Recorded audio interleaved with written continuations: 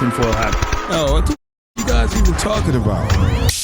Global controls will have to be imposed, and a world governing body will be created to enforce them. Welcome to Tinfoil Hat.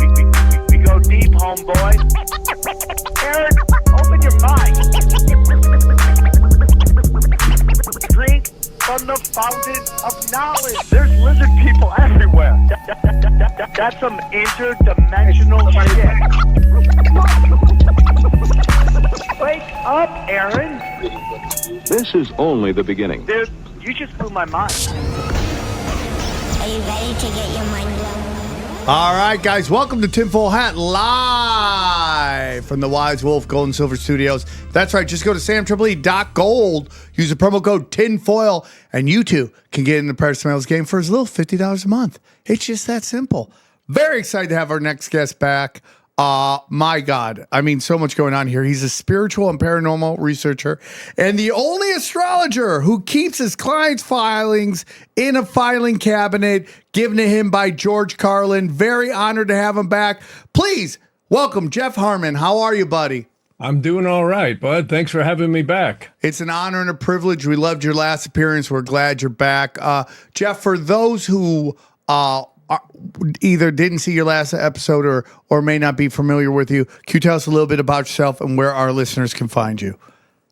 Well, the best place to find me is jeffharman.com. That's Harman. And then also, I tell people, join my YouTube channel because I have Jeff Harman Astrologer. So we have a lot of really cool guests and subjects on that. So it's a lot of fun. So that's definitely where they can find me. And as far as my story is, back in the mid-'70s, my mother introduced me to astrology. And she was telling me things about a couple of girlfriends that I had. And she was so spot on. I said, wait a minute. I said, this is not mother's intuition. I said, this has got to be something going on here. Because, I didn't believe in astrology. I thought, come on. I grew up in northern Wisconsin. I think I drove semis before I drove cars. And my dad had a logging company. And, it was like Dukes of Hazzard up there. So the last thing I was really looking at was astrology. And then she throws this at me and I'm saying, wow, this is really accurate. And it got me totally interested in it.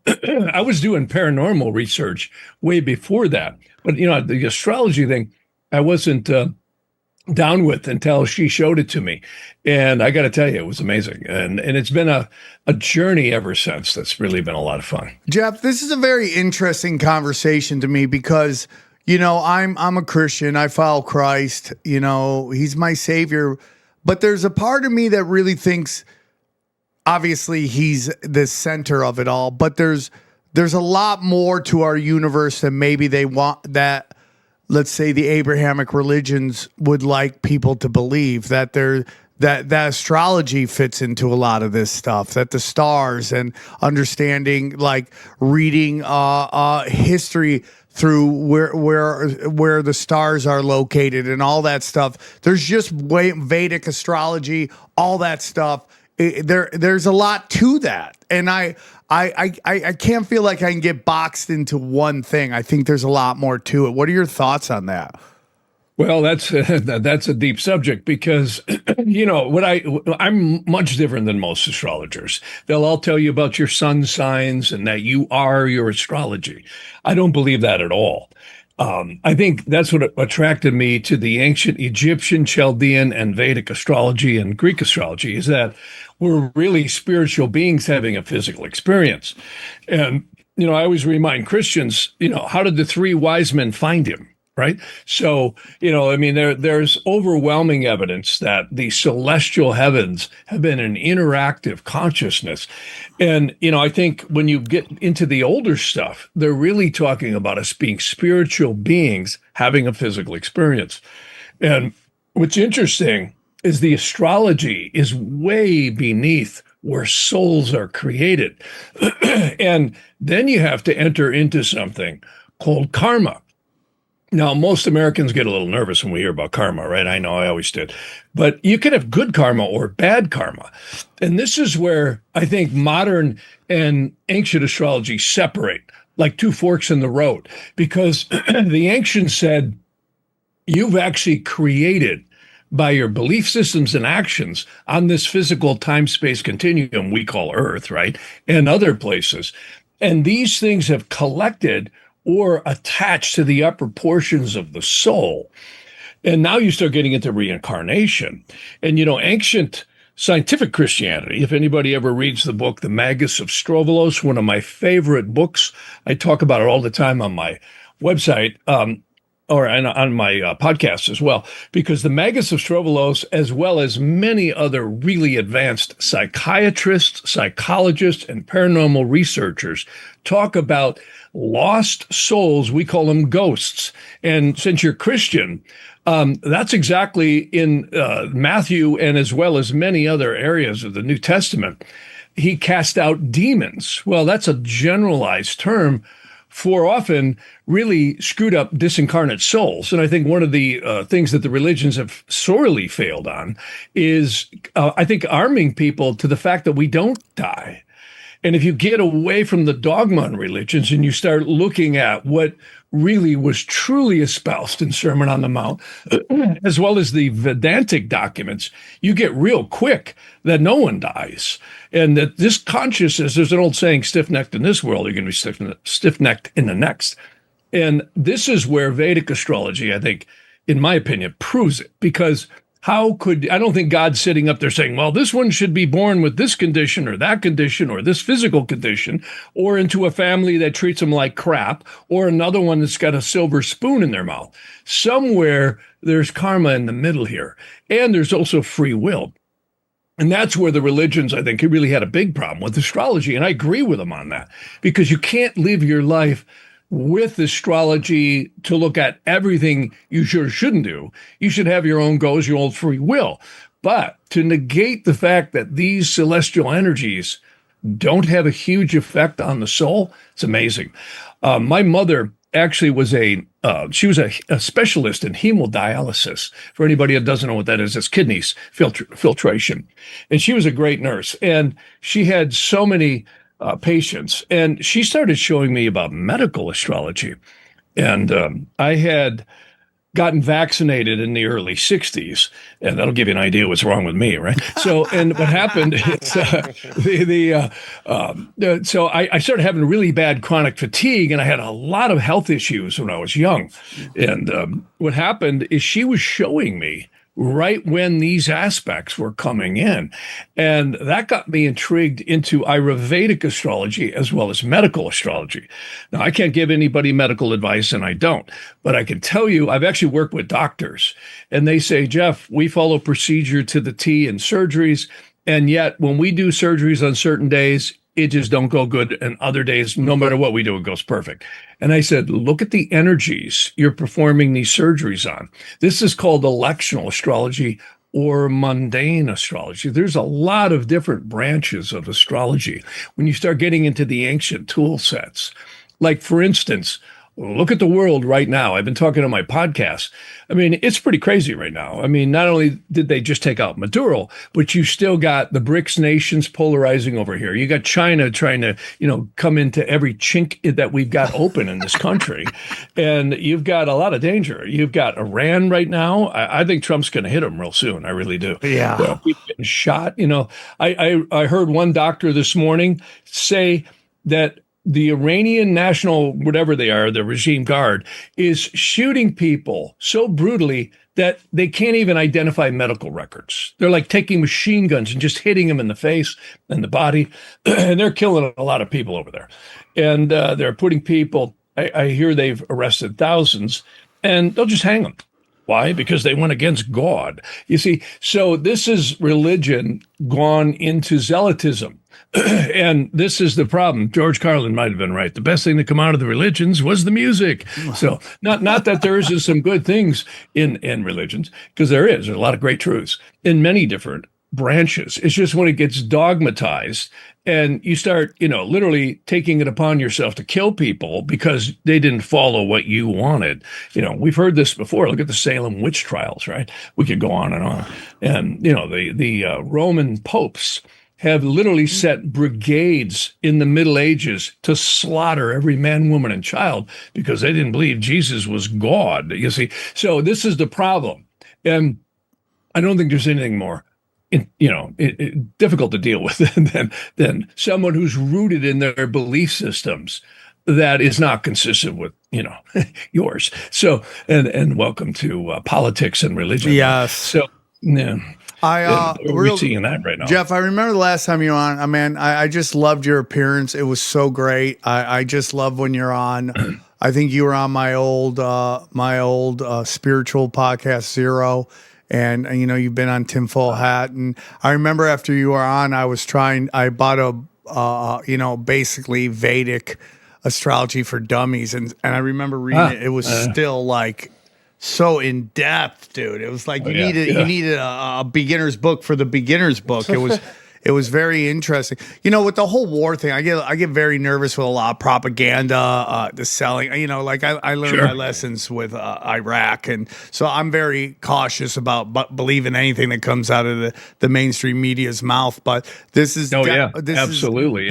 There's a lot of there's a lot of prophecy that I think is being astroturfed on this. But again, it gets into religion and all that stuff and, the Greater Israel Project and all that. But yeah, I mean, like I remember your last appearance. It was such a powerful appearance and I'm really excited that you're on. And, when you I think you were talking about the Kali Yuga last time. I can't quite remember if that you were, but yeah, you were definitely talking about this low density time that we're in, and it seems like we're in that. We just had a guest on talking about the little season and stuff like that, and and there's this whole debate on whether we are in this little season right now through Christianity, and it would be very scary if we're not. Like it could get darker than this because this seems like the darkest of dark, multiple wars going on, the hurting of children and all that stuff. And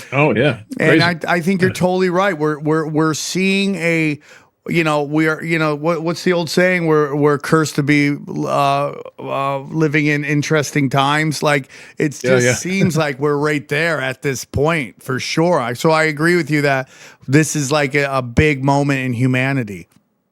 Well, what we've got going on right now, it's really interesting. There's something called mundane astrology, and there's really nothing mundane about it. It's just a term that they use to talk about cycles that affect the world. And what's interesting is you can go all the way back to the flood of Noah. And this is, again, one of the oldest texts ever presented to humanity was something called the Sefer Ratziel. Sefer means book in Aramaic and Hebrew, and Ratziel is the archangel Ratziel. And you can't make this stuff up. There's been many translations. A lot of scholars say, that's a 13th century grimoire, right? Actually, the ones that I've seen are not. They're very sacred. And it literally talks about the hierarchies of angels that run this whole physical realm, this whole physical dimension. And what's interesting about that is the story is when Adam fell and Eve out of the Garden of Eden and were put into the material worlds, now God sent this angel called the Archangel Ratziel, right? It's if anybody's familiar with the Tree of Life, it's actually called the Sephira, which is a weird word. It just means you could say spiritual containment vessel of wisdom, it's Chokmah, wisdom. So this angel came down and brought this text and talked about how angels change shift every sunrise, noon, sunset, midnight, the cycles of the moon. All of this is angels. I always say, forget Trinity, Neo, and Morpheus. This might truly be the matrix that the souls interact in time and space. And a lot of folks say, I am my astrology on my sun side. Nothing could be further from the truth, because when you look at this, technically what's happening is you have an interactive consciousness that's completely unique and individual to your soul. The way you react, the way I react, the way anyone else reacts is really unique. So the astrology isn't doing anything. I think it's like portals interacting through the soul in time and space. I always say God created time so everything wouldn't happen at once. And I really believe that that's true, because time. The Earth is a time machine. If you think about it, I don't care where you go on this planet. I don't care if you're flat or round Earth. It doesn't matter. You are going to experience sunrise, noon, sunset, and midnight every single day of the week. And you're going to experience the lunations and all the other things. So what is this here? Well, it's an interactive consciousness. I've talked to individuals who've had health issues that paralleled major transits and progressions, and it was so accurate, it's creepy. I know I've seen it in my own life. Here's a good example. COVID. I was on Coast to Coast probably, 10 years ago, and George Norrie said to me, Jeff, what do you think of the Mayan calendar? And I said, not a single thing. I said, I can't come up with anything. This is probably like 210, right? And I said, but watch out for 220 forward. That's where they're going to hit us. Why? There was a Saturn-Pluto conjunction. Whoa. And what does that mean? Well, that means literally the planet Saturn joined Pluto. Now, that happens all the time, about every 35 to 38 years. See, very powerful. And again, 9/11 happened on the Saturn-Pluto opposition. The banks crashed on the Saturn-Pluto square. Not that those are the only two planets. Right now, we have Uranus transiting the Pleiades. Well, if you've ever heard of the legend of the Seven Sisters, right? And remember Atlas held up the sky and all this, right? So really interesting. I've been talking a lot about this on my podcast. Well, when Uranus transits the Pleiades, which can only happen about every 84 to 86 years, because that's how long it takes to go around. Well, we get dissension and craziness in the world. Just to give you an idea, last time Uranus transited the Pleiades, World War II.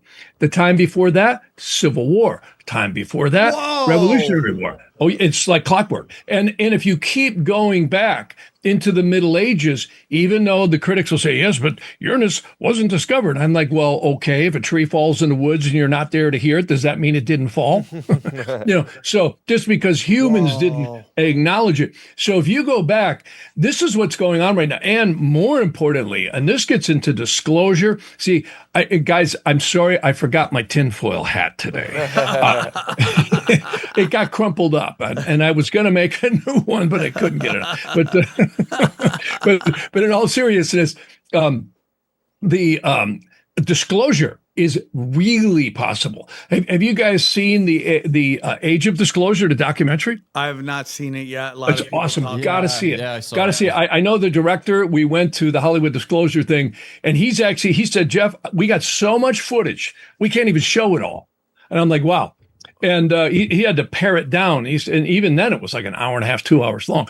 This isn't just somebody from the CIA. These are pilots. These are professors. These are military people. These are people in, military industrial complex, design and so on and so on, who are saying, listen, folks, not only are we not alone, and they haven't told us, we've been reverse engineering stuff for a minimum of 80 years. So nothing to worry about, folks.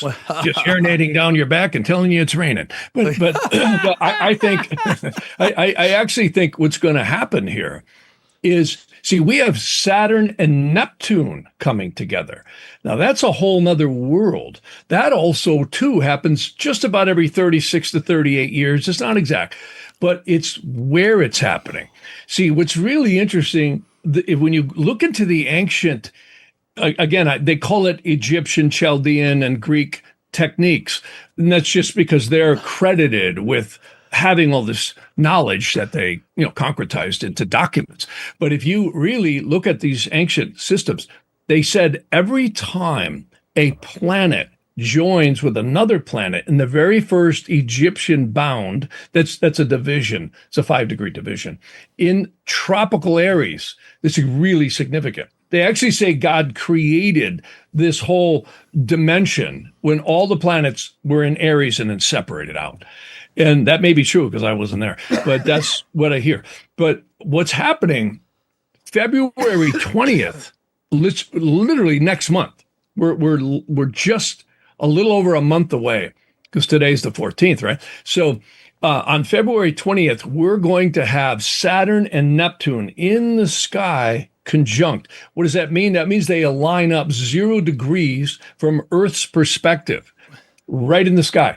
Well, Saturn always rules structures of society, and it also rules karma as well. And Neptune is kind of the portal between the so-called subconscious mind and our perceptions of reality down here.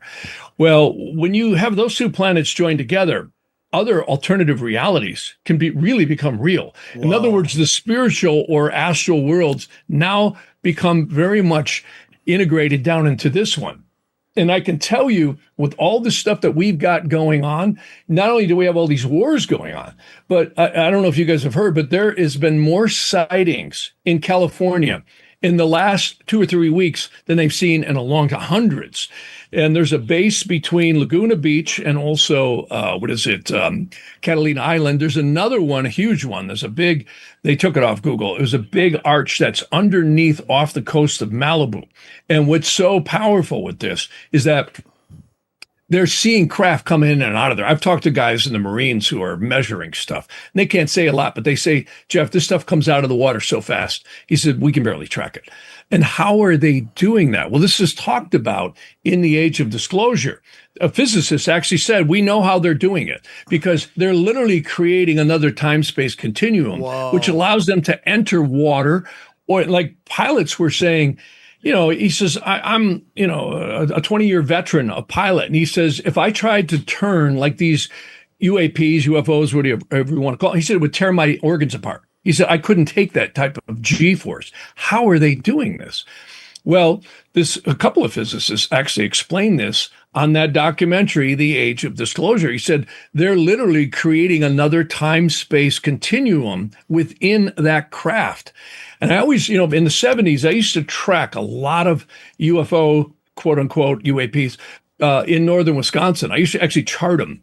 And I could never understand why I couldn't see them real clear. And I had a really powerful telescope.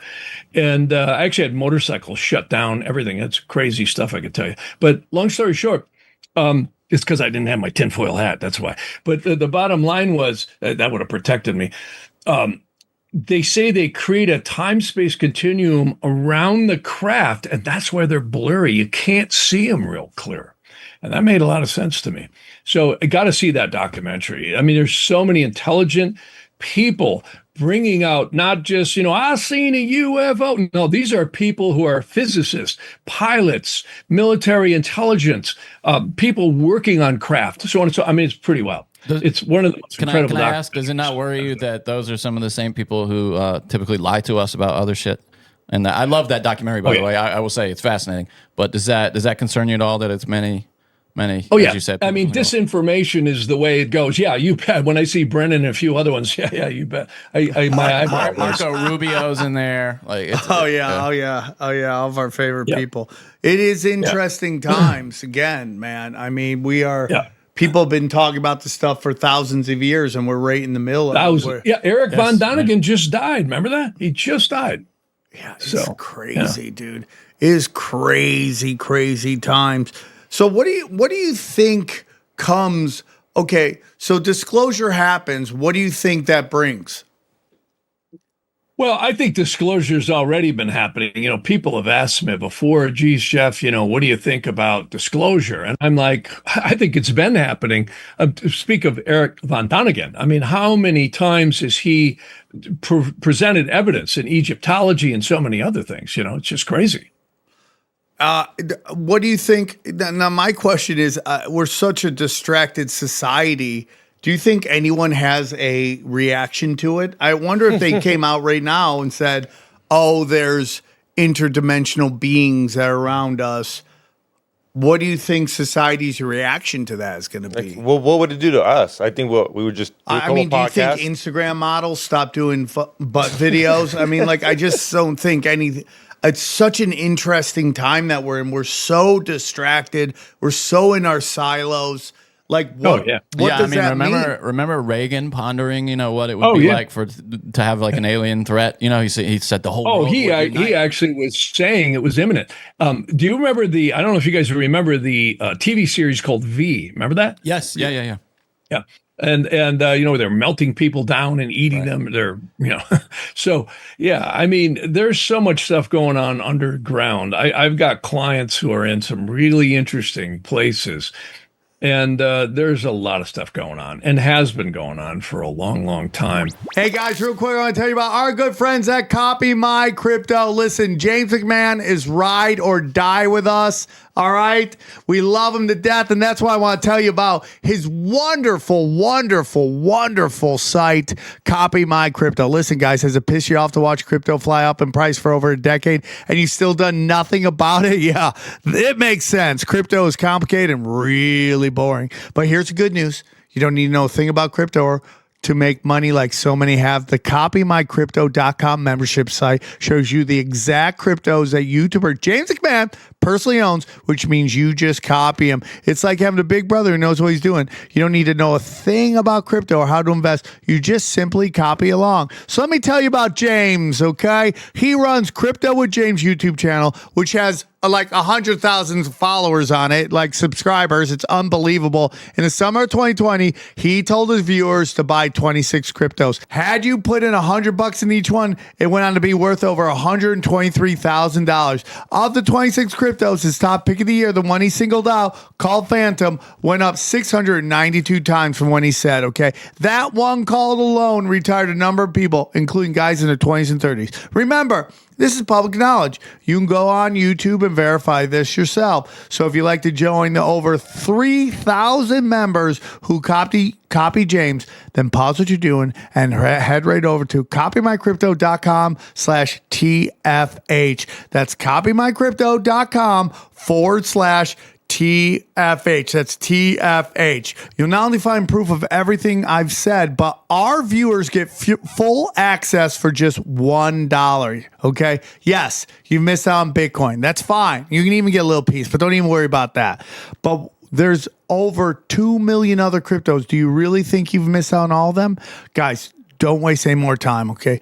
Go to the site and read it for yourself. Once again, that's copymycrypto.com/tinfoil hat. It's ended money worries for so many. It just may do the same for you. And we thank him for sponsoring the show.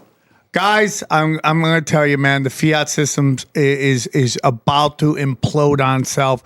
Your money in the bank isn't going to mean anything, dude. You're going to get more with your toilet paper than you will with your paper money.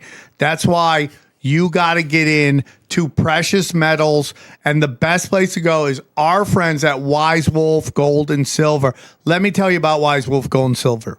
If you're paying attention, you know that de-dollarization is real. Fiat is fake, and you don't want to be left holding the bag when the dollar collapses. Gold and silver has been money through all of recorded history and are an excellent way to protect yourself from inflation and geopolitical turmoil. That's why I trust my friends at Wise Wolf Gold and Silver for all things precious metal. Veteran owned and an A+ rating by the Better Business Bureau. No transaction is too big or too small, and you can even roll over your 401k or IRA into physical gold and silver. And if you think you can't afford precious metals, think again. With the Wolf Pack monthly membership program, you can get gold and silver delivered directly to your door for as little as $50 a month. Wise Wolf Gold and Silver also deals in and accepts Bitcoin.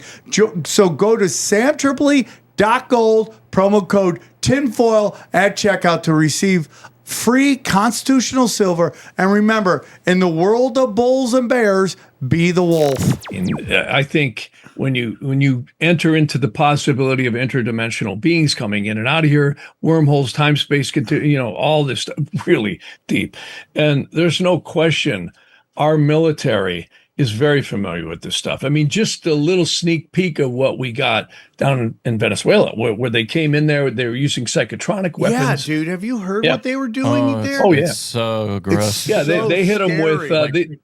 these people said brains. It was like a sci-fi movie. They said when 20 guys came down, they said, we don't know how they were spraying so many bullets. They fell on the ground. They were blood coming out of their nose. They were vomiting blood. They were completely incapacitated. They were doing this stuff back in 2003 in Iraq. They were hitting these people with psychotronic weapons. The Iraqis were coming out with their hands up, going, "I'm done. I'm done. Okay, I surrender," because they've got they got stuff we've never heard of. Well, yeah, did you see Palmer really Luckey? creepy. He was on Rogan or something? He was somewhere. Who? Palmer Luckey, the guy who started Oculus, and now he's at Anduril. He had this headset that they are marketing, and I assume the Army already has access to, that just identifies, it's like a video game, identifies all the targets around you, follows them behind walls, and your friendlies behind walls and stuff. If you had that for a target, I mean, you could just, 20 It's men over. could be like hundreds. And in It's the over. dark, dude, yeah, it's over. Was there no casualties when they went to go get? Oh, no, they were Well, casualties. they took out like over 100 people. Yeah. Yeah, and 32 then Cubans. And Mondero's wife was all messed up. Even if he gets out of yeah. this, now he's got a wife that's got to be pissed at him for getting her arrested. He's sleeping on the couch for the rest of his life, dude. He's done. Yeah. So I want to bring this kind wait of. up, I was gonna say one thing. So no one thinks that they sold them out. There's no the government literally went in there. The U.S. Marines, Navy, they went in there and did the job. Because I've been hearing a lot that they sold him out. That they pretty much told him he's gonna be here. And Well, it sounds like they went in and just foobarred his whole security team. Like if they sold him out, why would they be bleeding out their Are noses? you saying that our government lied to him about his safety, or that his own people? his own people, Yeah, I heard there's a lot of stuff going on there. I actually talked about it on my podcast. There was a number of rumors going around that he was taken out because he was actually being coerced to do what he did for a long time. And there may be some truth to that, where I'm not saying he's a good guy. He did a lot of horrible stuff. But I think the rabbit hole goes much deeper. See, when you look at what's going on right now, with Trump and what he's doing, not only are we seeing Venezuela, but Cuba, this whole thing with Greenland, Iran, also Colombia. There's stuff going on that we're not hearing about. Just because somebody doesn't plant themselves in front of a high-def camera and start talking about what's happening doesn't mean it's not. And I think we're seeing China being shoved back. China, if not to get into politics, but if the current administration wasn't in, I think we would have seen America absolutely decimated. Whether you like Orange Man or hate him, I don't care. But the bottom line is the astrology shows that that's the case. When Trump was inaugurated, at his, it was really interesting to look at when any king, emperor, or president swears and signs in. And I know Trump did not raise his hand in the Bible. And that was interesting too. But remember when he got sworn in by Roberts? Anyways, a lot of people mentioned that. Hey, he didn't put his hand on the Bible. He did raise his hand, but he didn't put his hand on the Bible. So what's interesting is I went back to every single president that was sworn in, and I'm talking the exact time they're sworn in. And see, there's a reason. Talk about astrology. Benjamin Franklin and most of the Masonic forefathers were totally into astrology. I can actually show you charts where they laid the cornerstone of the Capitol in different places at astrological times. And even the signing of the Declaration of Independence, I think, was looked at very carefully. Anyways, long story short, I went through all of the inauguration charts, meaning the time a president got signed in, when they took the oath. And when I looked at Trump's chart, he's the only president in the history of this country that got signed in with the sun, which is indicative of the leader, conjoining Pluto. What does that mean? Well, total transformation. Even all the way back to Washington, I couldn't find one that had a Sun-Pluto conjunction. And that kind of makes sense, too, because they always sign them in January. Well, Pluto takes 250 years to go around the chart. How old is the United States? 250 years old this July. Whoa. So it's not exactly 250 years. But see, the United States had a Pluto return on it. And that came in, it started coming in orbit right about 2020 to 2021. It didn't finish until almost late 23. What does that mean? Well, to give you an idea, the Roman Empire was destroyed on a Pluto return. They say empires rise and fall about every 250 years. That's the synodic cycle, which is a fancy word. How long does it take for a planet to go around the solar system? Is about 250 years. So this is interesting where the United States is at. And Woodrow Wilson is the guy who rubber stamped the Federal Reserve Act. And the Federal Reserve is not any more federal than Federal Express. It's just been put in, and it's clearly the bankers got a front row seat in the government. And what's interesting about Trump, I'm really surprised he doesn't have more than 7 holes in his head right now. The fact that he's doing what he's doing and the way he's doing it, and not getting assassinated. And that whole thing in Butler, I can tell you, you guys mentioned it earlier. Remember the headphones on Joe Rogan? I know for a fact because I have clients in various interesting places in the military, and they can literally fly drones, satellites, or run trucks through a neighborhood. They can see everything in your house. They can see if there's a gun. They can see what shapes it is. We've been hearing about that. Black fans. That's right.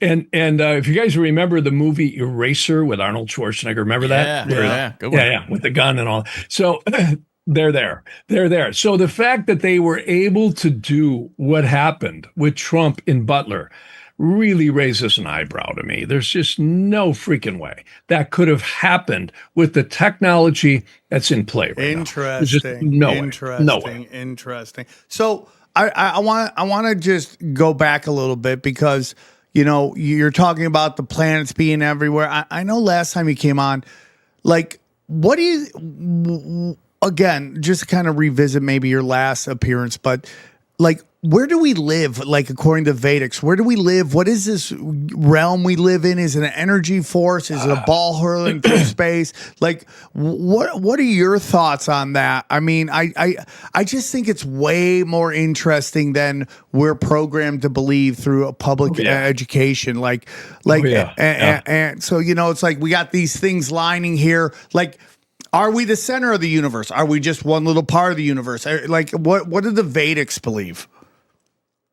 Well, I don't know what they believe, but I can tell you the documents that are the Upanishads. You got the Rig Veda, the Artha Veda, and the Ajur Veda. There's many different texts in the Vedas. And the Egyptians, too, and the Chaldeans had some really interesting stuff. I'm going to share my screen on that note, and I'm going to show you something that's really, really cool. So let me run over here to this. One of my favorite diagrams to show is this one, right? Bing bong here. This diagram I really love. And the reason why, you can see whatever your belief in divinity, God, what have you, notice it is above creation, way, way, way up here. See that? And they actually say the light of divinity is so bright it can't even get into creation. And that's what these 3 words, Ein Ein Sof, or where it actually dims it down. It's like an ND filter. It dims it down. And they say this world up here is literally where souls are created. This is very divine stuff up here. And in Aramaic, they call it the worlds of absolute, where the creation of souls is, and very divine stuff. They say there's 49 dimensions and 49 subdimensions in these worlds up here. The next worlds down, they claim, is Braya. And again, by the way, I didn't mention, these are the upper angels. Now, some people call them the Orphanum. Other people call them the Seraphims. But the Seraphims, Cherubims, and the thrones are exceedingly high angels. They actually say if they were not chanting the permutations of creation, you and I wouldn't be drawing breath for less than a nanosecond. I don't think any of the universes would exist either. So it's really, you got to go to divinity with this stuff. And that's where the Vedas, the Upanishads, and all of the ancient texts seem to go. You just can't take a creational divinity force called God out of it if you're really looking at it rationally. So the next worlds down, they say, are many, many worlds in the spiritual world where the wisdom of the souls is very much alive. Again, 49 dimensions, 49 subdimensions. Now notice if I zoom out, what's that? It's just so insane, dude. It's like, I love it. Well, check this out, because this is where the rubber hits the road. See, this big red line would be indicative, if you will, of where the material worlds form. Now, it's interesting, if you go into the Vedas, if you go into the Garden of Eden story, all of these ancient texts talk about the creational myth where God got ticked off and the angels got in a fight and the demonic forces were cast down. Now you get into the material realms. And of course, this sounds like a Chronicles of Riddick movie, but it might just be something like that because they say there's 49 parallel universes and 49 subdimensions in each one. Now, what's interesting is if you look at energy and Tartaria and all this stuff here, you start finding everything in the material worlds has juxtaposing forces. Look at an atom, protons, electrons surrounding it, just like a solar system. You have day, you have night, you have all these cycles, you have good, you have evil. They actually say the evil spirits are imprisoned in matter itself. This is why everything in the material worlds will be born, it will grow, it will mature, experience atrophy, and be destroyed. Even the universes themselves, the Vedas say somewhere between 4.3 to 4.6 billion years, God destroys all the universes, just destroys them. And of course, the physicists are running, well, it's the Big Bang Theory. No, it's the contraction theory. No one knows. I don't know. But one thing's for sure is it seems to be that destruction is a part of the material worlds, and so is birth and growth. They actually say an angel fishes us out of either the lower heavens or the astral planes and attaches us to mom's womb at conception, not at birth, at conception. The Egyptians paid a lot of attention to conception charts.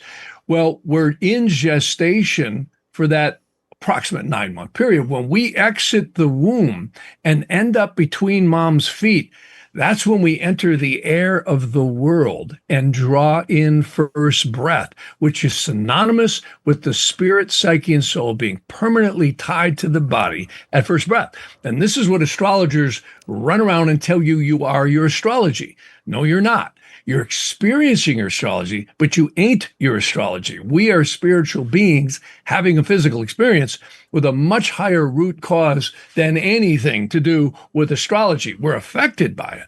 Well, this is what the religions were, in my opinion, very correct about, is that what you do in this physical world creates thought form elementals and resonances around you. Everybody hears about the law of attraction, right? That may be a lot more true than we know. And it actually sticks with us. And this is what karma is. And it can be good too. A lot of people do a lot of good things, and that karma sticks with them.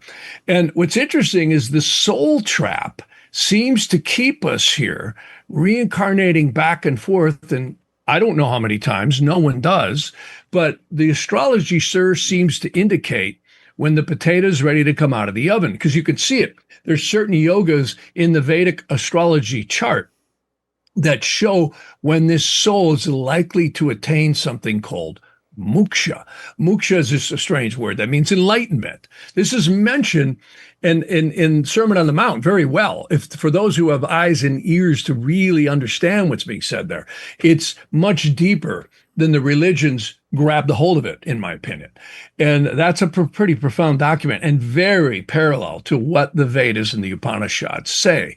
So what's interesting is we escape from Alcatraz, I think, once consciousness and karmic dissipation happens. The earth is like a grounding rod. If you've ever taken electricity, right, you can grab 1,000 volts. If you're not grounded, I wouldn't recommend that. But if you grab voltage, you will not get a shock unless you're, if you could completely isolate yourself, you wouldn't get a shock.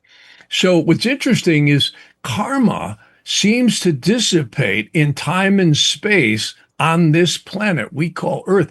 And they claim there could be hundreds of planets just like planet Earth.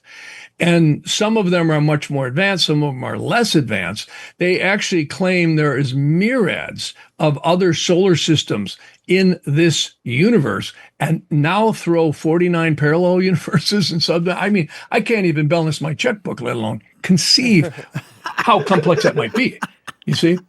So, you know, and this gets into the soul trap, because a lot of people say, you know, it's like a soul trap. My son sent me a really cool cartoon. See if you guys agree with this. This is a pretty good one. So if you look at this one here, I got to call it up here. Let me see if I can get it to work here. There it is. So see if you agree with this. This place is horrible. And a lot of people have enjoyment here, but a lot of people don't. And now you enter into karma. And they say, see, now Vedic astrology is a pop term. Its real name is called Jyotisha. Jyotisha is a strange word that simply means the science of the light of the soul. And you could see here's a really cool picture that's in the Bhagavad Gita that actually shows that soul force energy leaving death to rebirth and on and on and on over the hills. And the part that I think got left out or not articulated, because you got to remember the translations on Sermon on the Mount were done nearly 100 years after it was spoken. So, one thing's for sure, disincarnate souls, which we call ghosts and dead people, are absolutely trapped in the lower earth sphere in confusion and also rooted in their beliefs. This is why we have hauntings. This is why Dr. Carl Wickland, one of my favorite books to recommend to people, is a book called 30 Years Among the Dead. It's laughed at by allopathic psychiatrists today, not all of them, but some of them. And it was 30 years where this man was a psychiatrist, Dr. Carl Wickland. He documented all these people that would possess other people, causing schizophrenia, depression, anger, all these things. And he would dislodge them and get them to realize you're deceased and you're possessing someone's aura. See, they get attracted to the magnetic aura. You see? And that's what we call ghosts. This is why they haunt places and they stay in the lower earth sphere. Well, here's what's interesting is every time he gets in, he's not the only one. Personally, there's a lot of practitioners who do this. And I've worked in this area too. And if you get that disincarnate soul to realize their condition, they start looking. It's like the movie Ghost. Remember Ghost? When Patrick Swayze when he first got shot, he looked up and he saw this, heavenly light coming down. And then he turned back and he saw Molly holding him. And then he decided to stay. So he didn't leave because he had to catch the bad guy and who killed him, right? And then at the end, where does he go? He goes off into the upper realms of where the soul evolves to. Well, that just might be up in these areas up here. And we seem to be trapped in the lower astral planes. Talk about a matrix. The moon takes about 27.5 to 28 days to go around the earth, except it takes 29.5 approximately to catch back up to the next new moon, which is where it joins the sun. Guess how long it takes Saturn to go around the solar system? About 29.5 years. Whoa. See, now you got years and days. So what's interesting is now you jump into another really important diagram. And I love this diagram because when you look at it, psychology will tell us we have a conscious mind, which is this down here, and a so-called subconscious mind, which is this up here. Well, notice all the glyphs of the planets come from three symbols. The circle, which is the sun, which is I believe the stars are portals to the upper heaven, hence why they're so bright and generative. The moon is the crucible. Look at dad puts the seed in mom's womb. Farmer puts the seed in the ground. And then spirit, they actually say the mother prepares a garment for the soul. And so does the earth for a plant and an animal for a being. And spirit becomes manifest on the physical plane when it hits the air of the earth. So all the rest of the glyphs come from these combinations. Look at Saturn. It's the cross over the crescent of the moon. It represents previously concretized karmas and energies that now become manifest through the moon. And the moon might just be exactly why Vedic astrology spends so much time. See, not only do we have a conscious, subconscious mind, but you could divide the conscious mind into two divisions. One is our rational mind, and then the lower one is the emotional mind. I don't care how logical I try and act. I go way past stupid, just like everybody else, when I get emotional. We all do that, right? So what's interesting is the moon is our emotional perception of reality. And one of the interesting things about Jyotisha or Vedic astrology. See, Jyotisha means the science of the light of the soul. And what's interesting, we take logic and we emotionalize it. I mean, think about all the stuff we've had happen. It's always emotionalized. This is why AI ain't never going to be like you and I. It's not going to happen because AI is pure logic programmed to act emotional. We are emotional. We can't not be. That's because we're attached to a spirit and a soul, which operates way above the rational mind.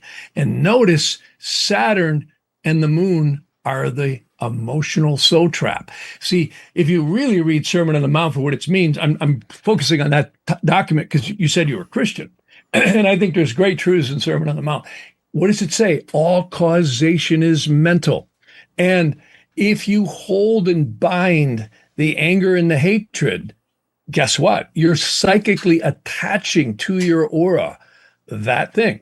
And I know I can do the same thing. How many of us have had something go wrong, a lawsuit or somebody ripped us off or a relationship? Those are the big ones, right? Or we didn't get an opportunity or my career didn't have, okay, we all got our stories. You can't be human and not have a story. Well, what's so fascinating about that is when we realize the psychologists, the therapists, and all these people are trying to get us to analyze our emotional reactions to things. This is why the moon is really our emotional perception of reality. It's really not us. It's the steering wheel, the gas pedal, and the brakes. It's you see what I'm saying? It's not us. And when we exit these physical meat suits known as bodies, we are going to find that out really quick, that that's all you get. You don't take with you your favorite, item on the physical plane. You don't get your favorite clothes. You don't get your favorite vehicle. When you exit this body, you take nothing but your consciousness. And that's what locks us into this reincarnational thing. Or you could say, trap. And what's interesting is once we escape from Alcatraz, the soul comes up here and you can actually see if you look on the right side over here, you can see the nefesh is known as the lower conscious mind of time, space, and reality. The spirit is also known as the Rosh. And then notice this is called the neshama. It's a weird word. It just means the binding of the soul's karmas in time and space. And then once we escape from Alcatraz, we go into the wisdom of remembrance. And once we escape from that even, we go up to the purified soul. It's almost like diving off a diving board down into this dense lower, you could say, almost like a simulation. Not that the earth is a simulation, but it's certainly a place where spirit manifests. I mean, a lot of people say, oh, the whole physical world's an illusion, right? And I always say, well, drop a brick on your foot, pal. Call me on the first of the month. It's not an illusion. But on the other hand, they're right, because we are all going to escape this body known as death. And I think the biggest crime against humanity is not preparing us an awareness of that. Books like the Magus Astroblos, 30 Years Among the Dead, Freeing the Captives. These are all books I talk about on my website, jeffharman.com, and also on my podcast. It's absolutely amazing stuff to be aware of. These aren't theories. These are actual facts. I've had so many psychiatrists that I've worked with, and they say, Jeff, we work in the prison system. We know there's no psychological model that fits some of these people. They're possessed. I'm like, you bet. I agree, dude. I totally agree, dude. Guys, there's a war on humanity, okay? And listen, there's one way out of it and one way only, and that's our good friends at Blue Chew. Let me tell you about Blue Chew. Blue Chew Gold is the newest innovation from the #1 chewable ED brand. This ain't your grandpa's little blue pill. Oh, no. This is a 4-in-1 beast that's setting the gold standard for performance. We're talking about 2 ingredients for blood flow to keep that rock hard pumping with a mix of amphetamine and oxytocin. Turned up the arousal and connection in your body and in your brain and in your body. That's right. Blue Chew Gold dissolves under your tongue and works as little as 15 minutes. Come on now. That's instant, dude. That means you can get it on quicker and stay longer in the game. That's right. Elevation without hesitation. That's right. This is peak passion and performance in a single tablet. Makes life easier by getting hard, and discover your options at bluechew.com. And we've got a special deal for our listeners. That's right. Just for our listeners and our listeners only. Here we go. Get 10% off your first month of Blue Chew Gold with the code tinfoil. That's promo code tinfoil. Visit bluechew.com for more details, important safety information, and we thank Blue Chew for sponsoring this podcast. Hey guys, real quick, I'll tell you about our good friends at Home Chef. Let me tell you about Home Chef. As the new year kicks off, I know I'm trying to simplify everything I can, including dinners, with work routines starting back up, long winter evenings. Having Home Chef delivers fresh, pre-portioned meals takes a huge weight off my plate. It's the easiest way to start your year feeling organized, well-fed, and way less stressed. Home Chef is rated #1 by users of other meal kits for quality, convenience, value, taste, and recipe ease. Home Chef makes cooking simple. Fresh food delivered, easy recipes to follow, and meals that actually taste great. And now, with dishes co-created alongside celebrity chefs like Gordon Ramsay, you can enjoy restaurant-quality meals at home. You'll find these recipes across Home Chef's culinary collection, classic meal kits, and express options, each designed to help you feel confident in your kitchen. Whatever kind of day it is, classic recipes with fresh ingredients, 30-minute meals, oven-ready trays, or quick microwave lunches, Home Chef has you covered. There's even a dedicated family menu for hassle-free 4 or 6 serving dinners. And it's not one size fits all. Home Chef has over 30 meal options each week with choices for different diets and tastes. Plus, it's affordable. Home Chef customers save an average of $86 per month on groceries. $86, that's a lot. Listen, so for a limited time, Home Chef is offering our listeners 50% off and free shipping for your first box, plus free dessert for life. Go to homechef.com/tinfoil. That's homechef.com/tinfoil for 50% off your first box and free desserts for life. Homechef.com/tinfoil. Must be an active subscriber to receive free dessert. And we thank them for sponsoring the show. So we're here. We have this spiritual experience. You know, some people think we come down to learn certain lessons and stuff like that. Death happens. What happens in your opinion after death? Well, I think depending on the soul's conscious self-awareness, it clearly we go into a space where we realize that the material world's not here anymore, but yet we're still in it. We're still on the edge of it, in the etheric, what they call lower astral planes. And I think based on consciousness and awareness, that's when we can rise rapidly if we're more aware. Now, this is an interesting thing. Karma seems to really play a lot into this. And if you go into the older models, it literally says if you drew a funnel up out of us through the universes and up into those upper heavens, we are attached unbeknownstly by psychic lines of tension. And this is why you think about it. Well, why was I born to this set of parents, or had this relationship, or this encounter, or this kind of thing? And if we could see into the Akashic records and into the past, we might see that these are past life things that are coming to play. I don't believe God is up there saying, well, this one should get it hard and this one should get it easy. I think we create this. And this is something that, again, many of the ancient texts talk about. And for some reason, it's swept under the carpet. Why would that be? I don't think the spirits want us getting consciousness because they play off the psychic anger, fear, and hatred. They love it. And they keep us trapped here. If we don't know how to get out, we're stuck here and we just get reborn, or we just spirits roaming. Yeah, there's a great spirits roaming too. Yeah, and that's the mysteries. No one really can definitively explain what causes a time or the time that you get snatched by an angel and reincarnated. Again, God created time, so everything would happen at once. And that's, again, I've scoured a lot of texts. It seems to be the earth is the soul cauldron. I always say it's this big cauldron that's being stirred, and all these souls are passing through. And now you get into the yugas.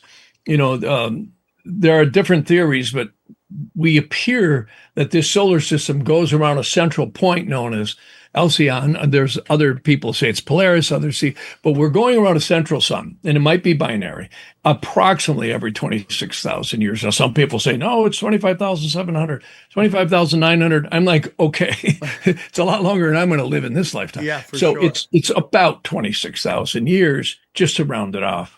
And what does that mean? Well, these yugas apparently, and no one really knows, because every soul is unique and individual.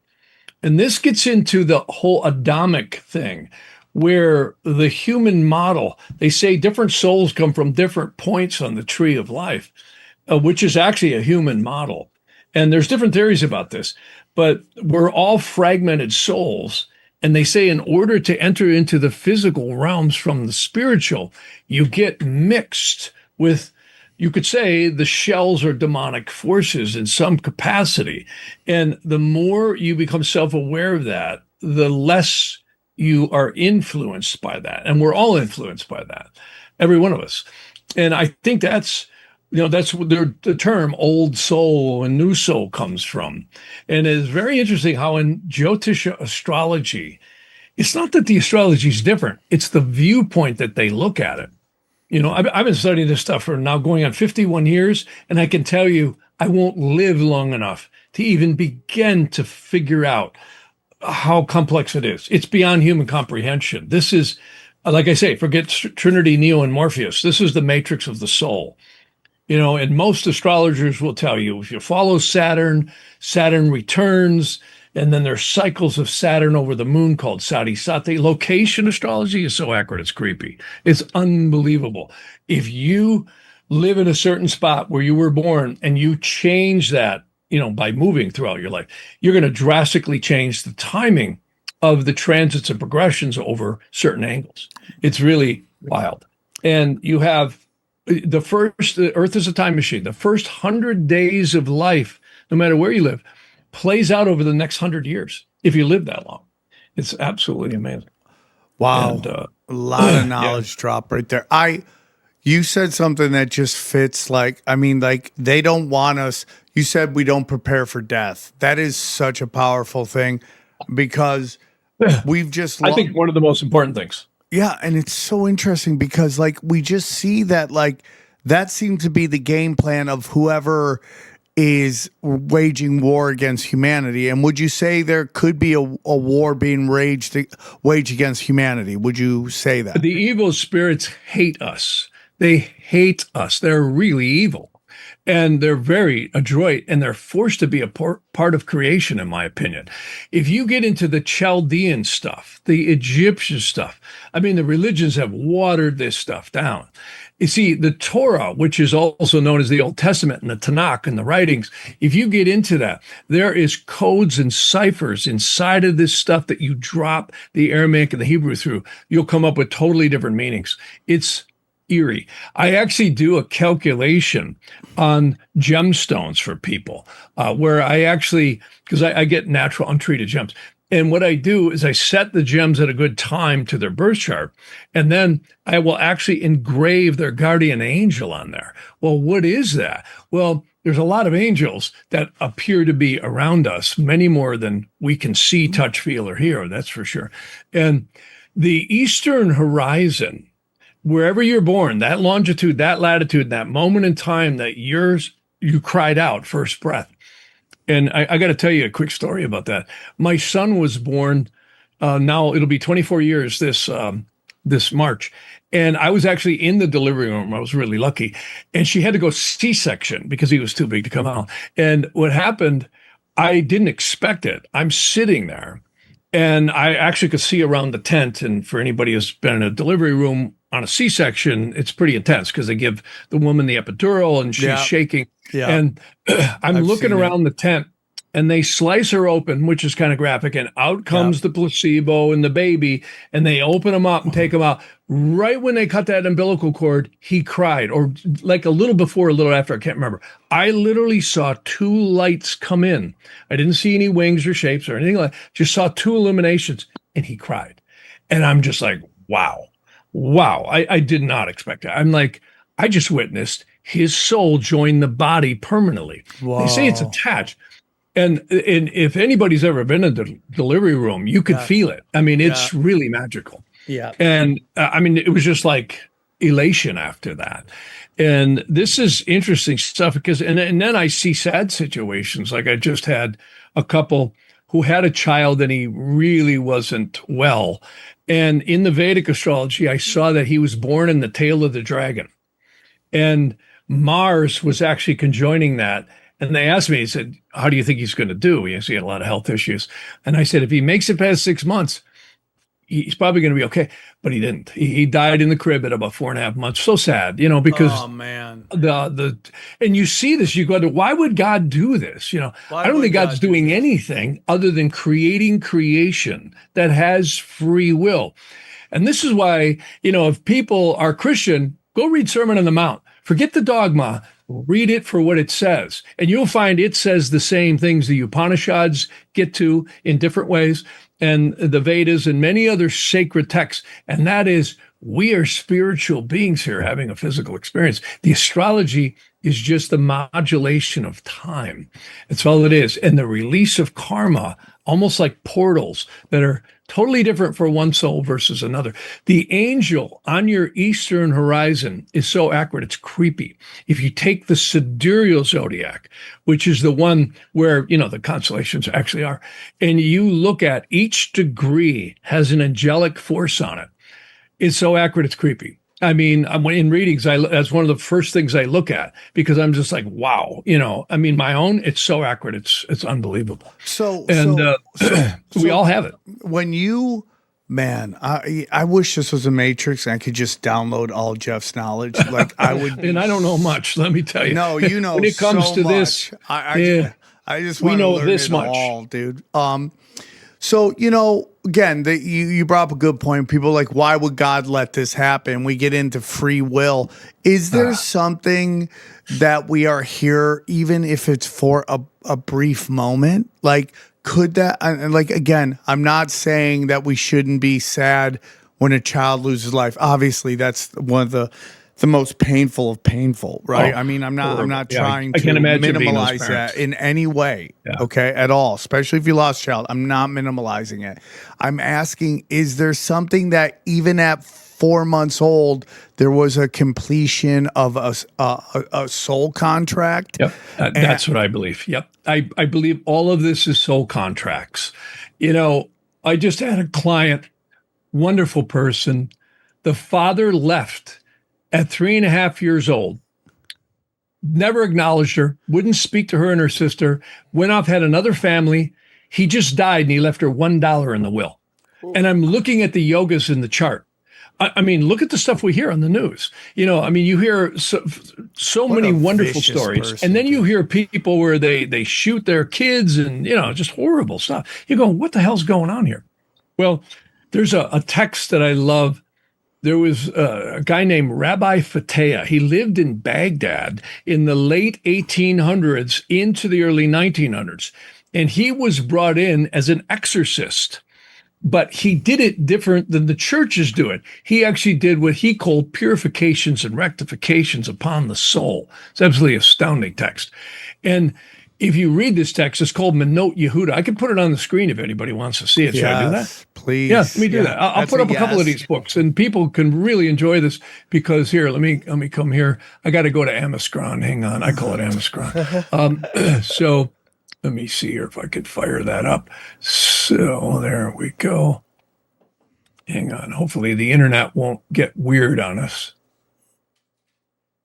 You guys still there? Yeah. Yep. We're just we're waiting with bated breath. Yeah, okay, here it is. So this, let me see if it comes in here. Yep, there we go. Finally. So I know a lot of people don't like Amazon. A lot of people like it, but it's called Minhat Yehuda. I think it's Yehuda. And it was written, why this text is so amazing. Yeah, this is it right here. It'll take a minute to come up. And why this text is so amazing. God, the internet is so slow right now. I'm not breaking up, am I? No, you're fine. All right, good.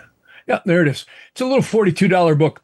What is so profound about this book is this guy would be, see, he's got in his hand there, that's not the Bible. That's actually what they call certain cryptic purifications upon the soul. And what's so interesting about this guy, chapter 88 is almost 200 pages long of story after story after story after story of depossessions. People would get schizophrenia, or they go into massive depressions or fainting spells. So he'd be brought in. Well, one of the stories in here, I'll tell you real quickly. He had this woman who was possessed, and she said, I don't know what's happening. She'd come in and out of consciousness, and then she'd go into convulsions. So he read, and he found this man was attached to her aura. And he said, I see what's happened to you. He said, 2 lifetimes ago, he said, you were very wealthy. You were on your way home. This is, of course, probably in the 1600s. And he was very successful. And he was going to go and help his parents. Back then, you didn't buy dishwashers and Mercedes. You brought servants, right? So he was going to go help them buy servants and help their lives because they were getting very old. So he stopped at this inn and he paid for the bill. And once he paid for it, he had a bunch of gold in his satchel. And the innkeeper, after he gives the guy the key, he looks at his son. He says, you see all the gold in that bag? He says, you get in there tonight. Here's an extra key, and you get all that gold. So the innkeeper's son goes in there, grabs the gold. Just before he gets out and they get in a fight, the guy wakes up. And the innkeeper's son had a knife, and he actually ends up stabbing him. Well, here's what's interesting. The guy dies, and he ends up in an angelic court. Now, some souls get this, some don't. And the angel said, do you forgive this man? And he said, no, I don't forgive that SOB. I want him to get just what I got. Boom, right back in incarnation. Got another body. Well, then he grows up, and in his 30s, he ends up, unbeknownst to him, going back to this inn. Whoa. Now the innkeeper is dead and the son is in his 60s, and he ends up killing him in the same room that he was killed in. Whoa. And then he died very angry and upset. And of course, he's hovering close to the earth plane and possessed this woman. Now, that's just one story. Here's the other book I want to show you here. It's called 30 Years Among the Dead. This is probably one of my favorite books to show people because it is by Dr. Carl Wickland. Dr. Carl Wickland was a psychiatrist who didn't believe in anything spiritual. And then when he got into he married a woman who was a psychic channel. And she would take on people when he was finishing his internship as a doctor, because, to be a psychiatrist, you got to first be a doctor. And he would have disincarnate souls take on his wife's body and tell him, you're cutting me, when they would do cadaver, dissection and stuff. He was blown away. So Dr. Wickland actually came to Los Angeles in the early teens. I think it was like 1919 or 1918. And he ran the Psychical Institute of Los Angeles. He would take completely possessed people who the mental institutions couldn't do anything with. The ones like they want to give lobotomies and all this stuff to. He would use shock therapy treatment, dislodge the soul. His wife would take it on, and he would have a conversation with this trapped soul. And once he explained to them that they were actually deceased and they were ghosts possessing places and people, they would wake up and move on. Now, some were really, some evil souls are really, but this is 30 years of absolutely proven stuff. And it's amazing. Here's another one that's in the same vein here. It's called freeing the captives. This is a medical doctor who actually got sick and tired of the allopathic methods, and she became a hypnotherapist and started. Here, I spelled it wrong. Freeing. There we go.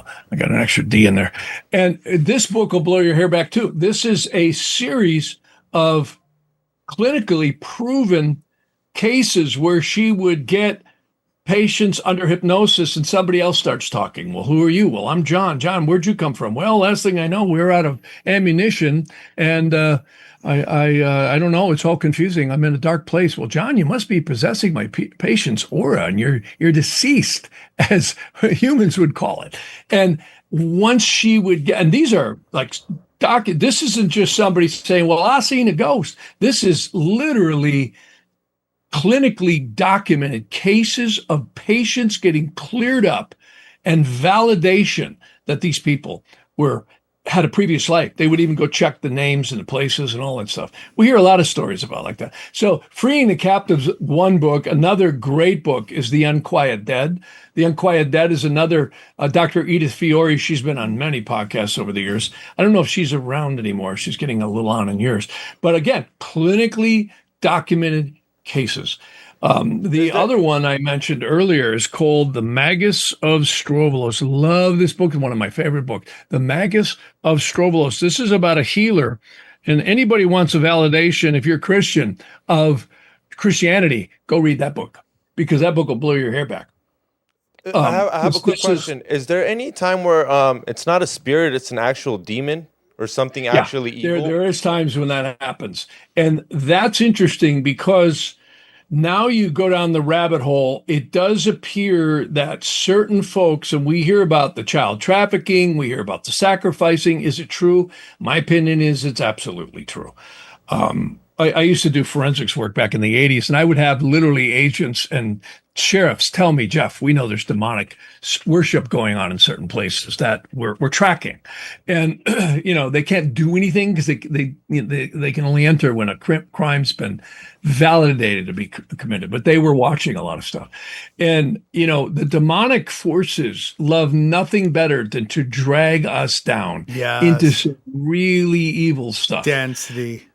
Density, yeah. And Malachi Martin, who was an exorcist for the church, he wrote the book Hostage to the Devil. He said war brings a lot of that about.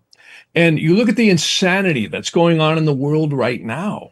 It's, when you look at it, I mean, I don't know if you've ever seen anybody get shot, but it's not very pleasant. No. And it's a very horrible thing to see, something get splattered across the wall. And this is a very demonic energy, and these evil spirits are beyond, usually you get a guy with a suit, tie, and a microphone telling you about the devil, but it's just a little deeper than that. You got Lucifer, Satan, Belial, and Leviathan. There's 8 beneath that, and then there's legions upon legions upon legions, and these trees actually go down the other way. So it's really interesting stuff, and you wonder, how do certain people are so cold and calculating, and they literally they seem to be evil. And I think they are. I think they're possessed, and their soul roots have intertwined through incarnations in many demonic situations. And they actually say you can lose your soul. If anybody ever wants to read a great little book, go read the Screw Tape Letters by C.S. Lewis. It actually talks about how the demonic forces study souls and they bring them their way and they pull them in. And materialism is a very powerful place where that happens, where they get drunk with material power and crazy stuff. It gets really nuts. So you brought up war. We have the threat of Third World War from the globalists. What are your thoughts on that? Well, this Uranus right now, that's what I mentioned earlier. Uranus every 84 to 86 years goes around our solar system, and it's there right now. In fact, Holy Uranus it's retrograde. It goes direct on February 3rd, and then it goes to the conjunction of Alcyon. So we're going to see some pretty crazy stuff between now and this summer. It'll actually conjunct the fixed star Alcyon, which is considered to be a very sacred star. which precipitates a lot. Plus, like I said, February 20th, we've got the Saturn-Neptune conjunction, very powerful. All the astrologers are talking about it. And just this alignment, we just had a huge alignment with the Sun, Mercury, Venus, all opposed the Jupiter. And that's right when all this stuff happened. Look at the shooting in Minneapolis, all the rioting now, and you plus Maduro, plus the heating up with Iran. Look at all that. I mean, Iran is on fire right now, man. And of course, we never hear. Are you saying that there will be World War III before the summer? No. What I think is it's going to get like it's looking like it, but I think it's going to be intervened. I actually got a hit that extraterrestrials will stop it, and I think they have many times before. Oh, I can live call with that. them angels, call them whatever you want. Maelstrom Air Force Base. Have you guys ever heard about that? No. Oh, it's wild stuff. I actually one of the directors of MUFON, which Mutual UFO Network in Tucson. He's gone now, but his name was George Parks. He and Roger Scheer actually said, Jeff, can you do a study for us and a presentation on all these abductions that are famous, And Maelstrom Air Force Base was one of them. And again, this isn't just some people in the base that said, I seen a UFO. No, this is commanders who said, we saw light orbs around our nuclear silos, and afterwards they didn't work. Because they run tests on them constantly. They're always doing tests to make sure they're ready to go and all the codes are, set up. And they said blew out circuit boards. And this hasn't happened once. This has happened many times where pilots have said, a craft was around them. They didn't understand why. And then things didn't start working. That's not real common, but the Air Force bases has been very common where even there was a base at NATO in Europe. It was called Left at Eastgate. It was a book that was written where all these officers had said, we saw this craft come down, and literally within, I think, about a number of weeks afterwards, somebody made a phone call and said, get all the nukes out of there that weren't supposed to be there. And cement trucks started rolling. So it's really interesting how I believe there is a lot more. Admiral Byrd, you guys probably heard of him. Admiral Byrd was financed by the U.S. government back in the 40s to go do the Antarctica explorations. And they actually took planes and squadrons and went down in this hole in Antarctica. And they literally were forced to the ground by these very advanced beings. And they said, we know you guys are nuclear now. And if you try and blow this place up, we'll stop it. And, when you look at these craft and how fast they move and how agile they are, I mean, we got nothing that can come close to that.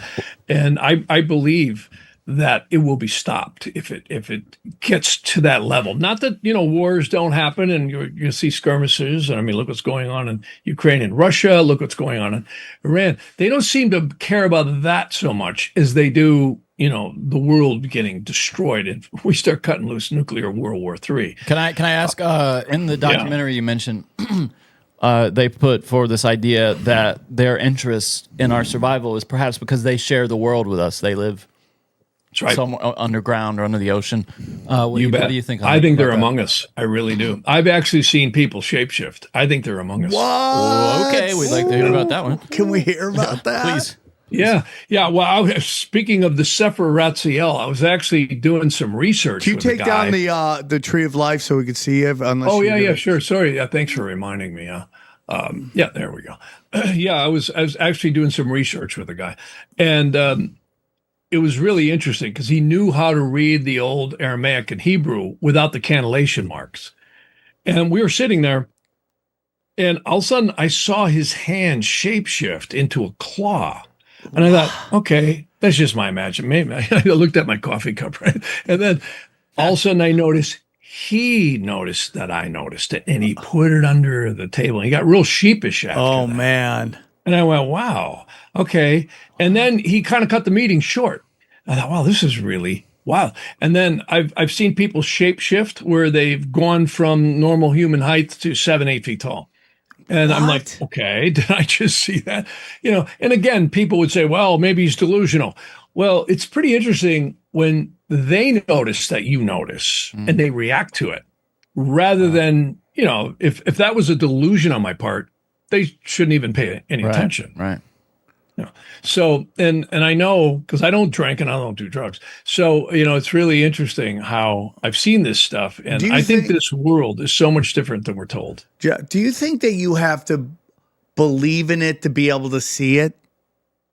Like if people don't believe in shapeshifters, would they see a shapeshifter? Would their mind be able to process that? I mean, our minds, the lower conscious mind is very much channeled into what do you ever notice if you buy a new car, right? Yeah. And whatever car you got, if it's a red one, you notice everybody else with a red one, or you get a new piece of clothing or whatever it is. We tend to be very myopically focused in our sphere of influence. It's the lower conscious mind is very, very shut in. It's very dense in this world. But I think, that might be part of it, being open to it and aware of it. And then also getting out of your belief system and just being more aware.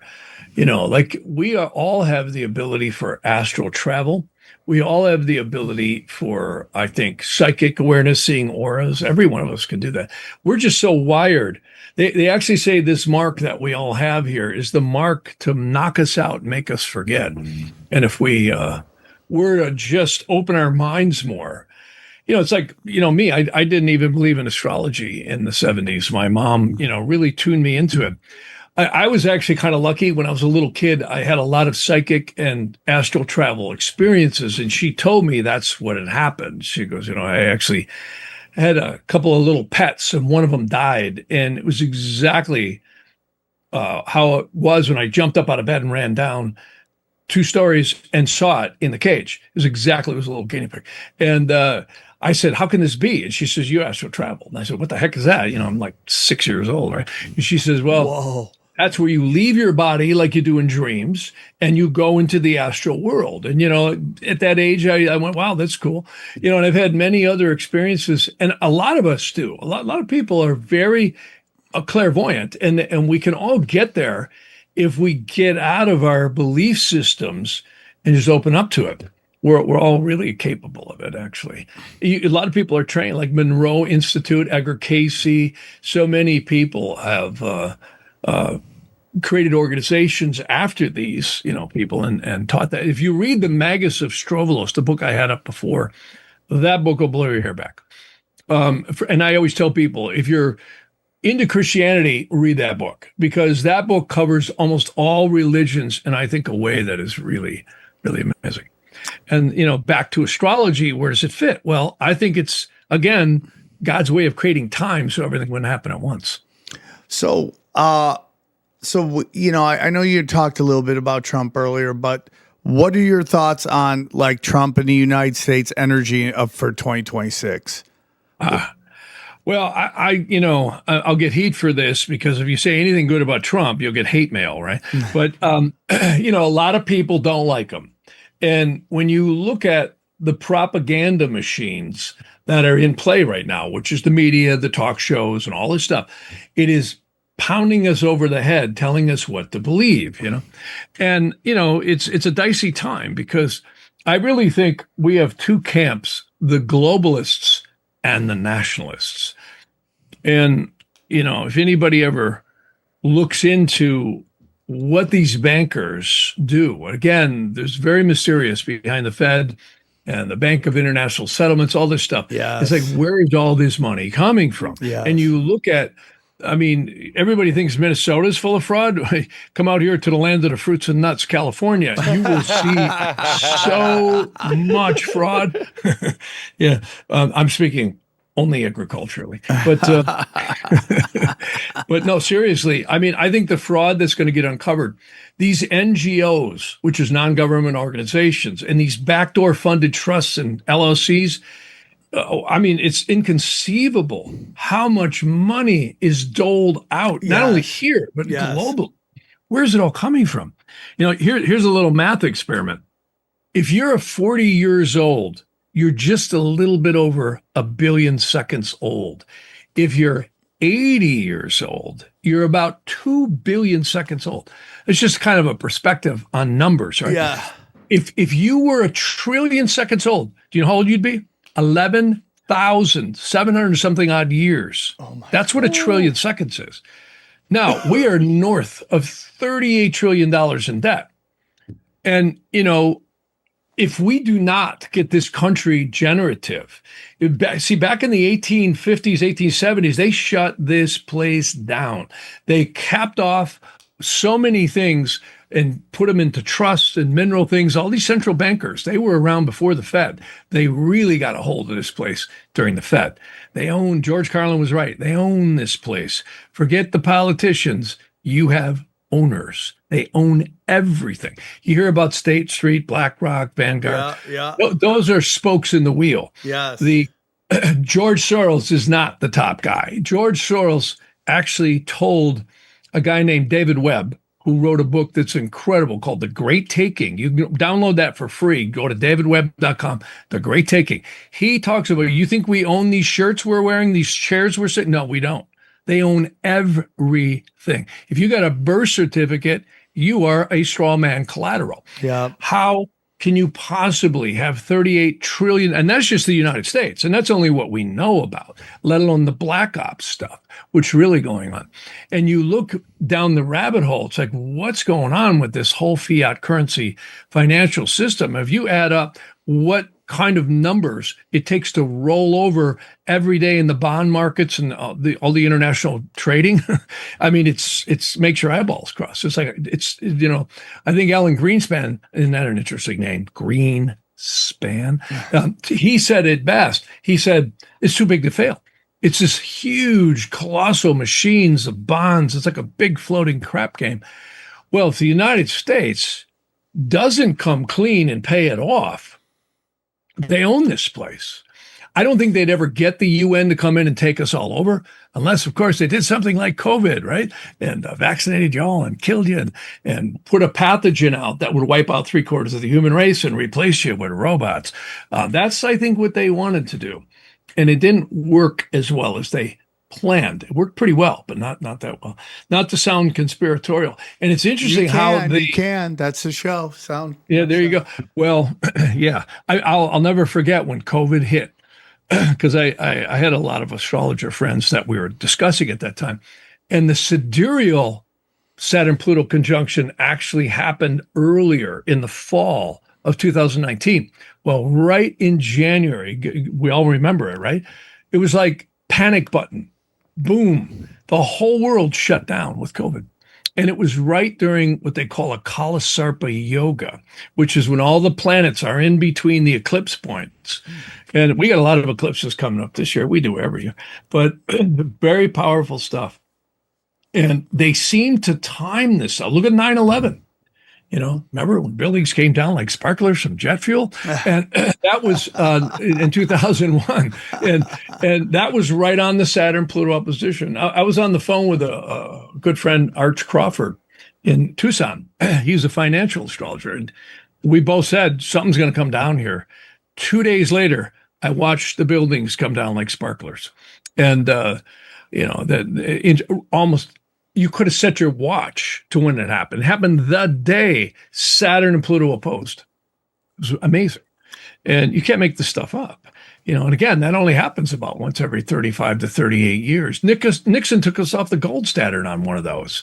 It's really bizarre. So interesting, how dude. These happen with these lines. Now the final question, because I'm not going to keep you all day, but do you think, the old saying is millionaires read the market, billionaires read the stars.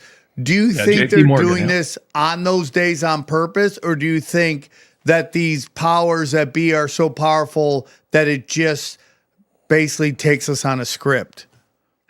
I don't think anyone will know, but I think they're timed out.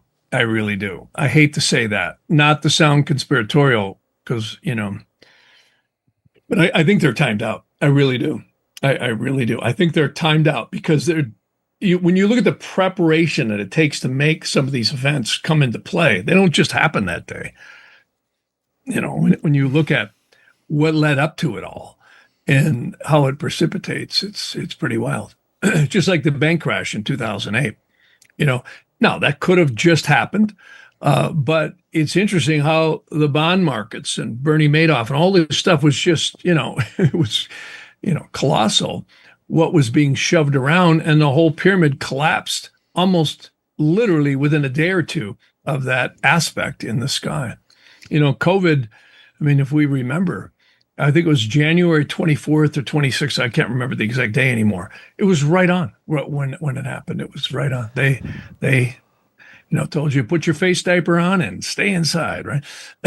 And get your inoculation soon or die, right? Remember, come with me or you're gonna die. Yeah. Very interesting, Jeff. Yeah, it is. It's kind of creepy when you think about it. Yeah, it is.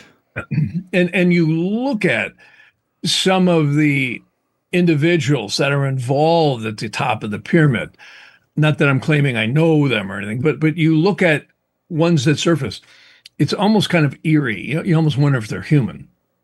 Yeah, I do. I really do. Jeff, this has been a beyond excellent episode. What's the name of your podcast, Jeff?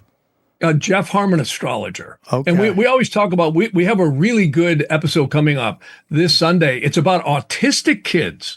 And I've had this lady on before. See, autistic children don't develop the way we all do. From we're little kids forward, we're all taught how to speak and read and teach and don't touch this, grow up and, pay attention. These autistic children are trapped in a body that can't articulate speech, and a lot of them get very angry. Well, this doctor created something called Spelling to Communicate, which is a board that these kids can spell on and actually talk to their parents. And people may have heard of it. It's called the telepathy tapes. Yeah. Absolutely amazing. So this lady I had on, Laura Hirsch, her son just broke through and started using Spelling to Communicate about, I think, 3 or 4 years ago, right when the Astrology show. Here's what's so cool. He's talking to relatives who's deceased and telling them what they want to communicate. He's talking to animals and horses. And this isn't just some theory. Like, for instance, he goes to an equine place, right? This autistic, quote unquote, kid.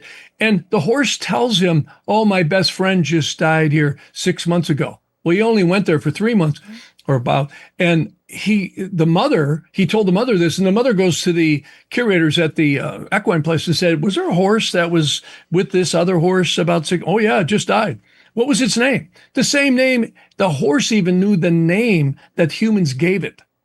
And then he meets all these deceased relatives and different, animals on what they call the hill, which is a psychic place that, again, what we would call ghosts, dead people, dead animals, their spirit meets there. And this fascinating stuff. So we've got that coming up this Sunday. All right. And I'm really check great. out your podcast, dude. And you can go back and read the old watch the old podcast from last August, because we had her on there. You really want to watch that one first and then watch this one this Sunday. That recalls Temple Grandin, right? Who was famously helped autistic and helped design the pins that they used to when they and what do you call these places? Abattoirs, right? It's what's the word for the places where they put cows to death for us to eat them? Right. The slaughterhouses. Yeah, slaughterhouses. Right. Yeah, abattoirs. Yeah. And she helped design them because she kind of. What would you say? I mean, it was like an empath. She related to or found a way to communicate with the cattle. And it worked, wonderfully. Wasn't there a movie about it? Yeah, there's a film. Yeah, there was. Were the cattle sad? Claire Danes. Well, they were. Yeah, Claire Danes. That's right. They were traumatized, when they could see that they were going to die, Sure. and then also I think one of the innovations was that they appreciate kind of being squeezed a bit. On either side, a couple of things that she innovated. So that were crazy. Jeff, absolutely great episode. One more time, tell them where they can find you. Jeff at jeffharman.com. That's Harman, not O-N. And then my podcast, Jeff Harman Astrologer. So, yeah, I appreciate it, guys. We had a lot of fun. Next time, I'll have my hat. I'll have my tinfoil hat. Please come on with it. I need to poke holes in it. So Open I can get door. my You antennas. come back anytime. If you got anything you want to promote, you're more welcome. Come back anytime you want. We appreciate you being on. Thank you, everybody. Yeah. Let's break down the episode. All right. What did you guys think about the powerful Jeff Harman? Guys. Dude, great second appearance. Great second appearance. Dude. He was on Zero back in the day, but he was great, dude. Johnny? I kind of want him to do one of his readings. I want to get his opinion on my stars. Yeah, for sure. Oh, I also forgot to say thank you to everybody who watched Word War Debate. A lot of people. I forgot to thank everybody earlier. Huge success. Hopefully the next one will be happening, and be a huge success as well. And I just want to thank everybody for the kind words, so comments, great. The whole thing is great. Everybody's cutting it up and putting it everywhere. It's already something, which is great. So back to Jeff. I love Jeff. I love all that stuff. If you go, Sam, like, what do you like to talk about? That stuff, dude. That was like great. I know, Johnny, you might not be the biggest into astrology. I don't think you're a big astrologer. A lot of the shit with like the karmic cycles and the levels and all that really confuses me. What I wanted to ask him more was, you know how he said that some days... We should just have a segment where XG can... It's kind of like where XG can ask for 5 minutes anything he wants. Minutes. It's kind of like a Public Enemy when they just let Flavor Flav have the stage for about 30 minutes. They can just go off, smoke a cigarette, and do whatever they want. But you guys are going to think this one's pretty good. Do you guys remember, we went right over it, where he said that sometimes doctors do better on certain days? Yeah. That's something that I wanted to look... What day? Yeah, what day? So when I get a surgery, I don't get it on that day. According to the stars, I'd like to have my heart surgery on the 17th. Can we do that, please? Dude, how do you think a doctor would take that? You think he'd let you run with that? I don't know. Or you think doctors seem pretty captured to me. Yeah. They seem pretty like they just follow whatever they're told. Yeah, you go to school for that long, dude. You're like brainwashed fully. And then after COVID, I'm sure doctors after COVID are like, I don't want my license taken away. I went to school forever for this. Yeah. Right? Yeah. It's kind of crazy. Guys, if you go to samtripoli.com, I got one date up there, which is tonight. I'm in San Luis Obispo. Come check it out. That's a cool town. I love it. Yeah, it's a really cool It's going to town. be great. Someone's like, let's see how you do in front of that liberal crowd. I go, dude, I'll do fine. Is it liberal crowd there? Yeah, I mean, it's California. Yeah, it's pretty. It's a cool town, though. It's like right close to Santa Barbara. Yeah. It's really nice, though. It's a beautiful it's city. really crazy. Yeah, I've dude. been to a few shows there. So I have other dates. I just haven't put them up. Once. You know what I do know is up? T-shirts. Oh, go to T-shirts should be up. T-shirts. And I Do you know, see the new one? Yep, and that's what I told you. Is it there? I think it go should to be that there. real quick. I'm going over Go to there that right now. real quick. Let's see if second. our internet actually works here today. I don't know. Of course. When we have to push right. product. Yeah, My Verizon's exactly. still out. Oh, shit. Maybe So I that's think, it. Yeah, we were talking about it. I How it don't might think be I a- don't think it's just related to Verizon though. Close everything, then reopen it. Let's see, But there it is. Verizon's been out for hours and hours. East Coast and West Coast. Hundreds of thousands, it sounds like. Freaking Chinese. Just close it. Just close it and try to start again. Right. T-Mobile kind of trolling them, saying that we're doing fine. Yeah, there you go. Close it, then try opening it again. While he's doing that, Johnny, Yeah. what are your thoughts on the soul? The soul, the eternal soul. Yeah, what he said about souls. Yeah, And if I had some questions to ask, I would ask about. Okay, so he says your consciousness endures. Does that include memory, in the literal sense? Like, do you take things with you? And then when you say people reincarnate, do they reincarnate with lessons? Do you know? Like, do they? Yeah, like the you guy, should ask that because those are great questions. the guy who stabbed, or in the previous life, and then comes back and then is in the same place. Now, does he have? Is he learning anything from that carries on that he can take with him? Is and then once you're in the higher realms, if you do, accede to them, or ascend to them. Sorry, what do you do there? What's going on there? Oh, click that. So does it show the front of it? There's supposed to be. Oh, there it is. Looking at the t-shirt. So here's the T-shirt. It's a Sorry, great John. T-shirt. Actually, I thought this was the front, and I love that it's the back. Yeah. That's so funny. Dude. So the front says tinfoil hat, the most trusted name in news. And then the back of it says, I get my news from Sam Tripoli. That's hilarious. That the cartoon of you is great. It's perfect. It should look just like you. That's a fire shirt, dude. Yeah. That's a fire shirt. Dodgers logo on there. I might get you. I know, he had to do that. Why? It's just L.A. Yeah. I mean, do the Dodgers own that? I don't know. That's a good question. What I don't know. I think he meant like your market. Well, yeah. I just mean like the copyright, honestly. But let's see. Do the Dodgers own? And then we got teams, all the like, shirts. did you see the Athletics were denied the copy, their trademark for? Well, isn't it because in someone Vegas? else trademarked it? Something like that. Some fan did it? Do the Dodgers own their? I get my news from Sam Tripoli. Yeah, they do. They own the trademarks on their iconic interlocking LA. But I mean, it's not. I'm just joking. All right, good luck. Yeah, okay, so when you ascend to the next level, what's going on there? Is there a life there? Well, he says that you get tested. Right, but what by archons? But is that like are you no? But I mean that's right away. Like I'm talking about when you're just going on about your daily business. Oh, when you come back and reincarnate. No. Once you've ascended from this plane, what is there to do after that? Do you know what I mean? Like you're trying to get to the next level.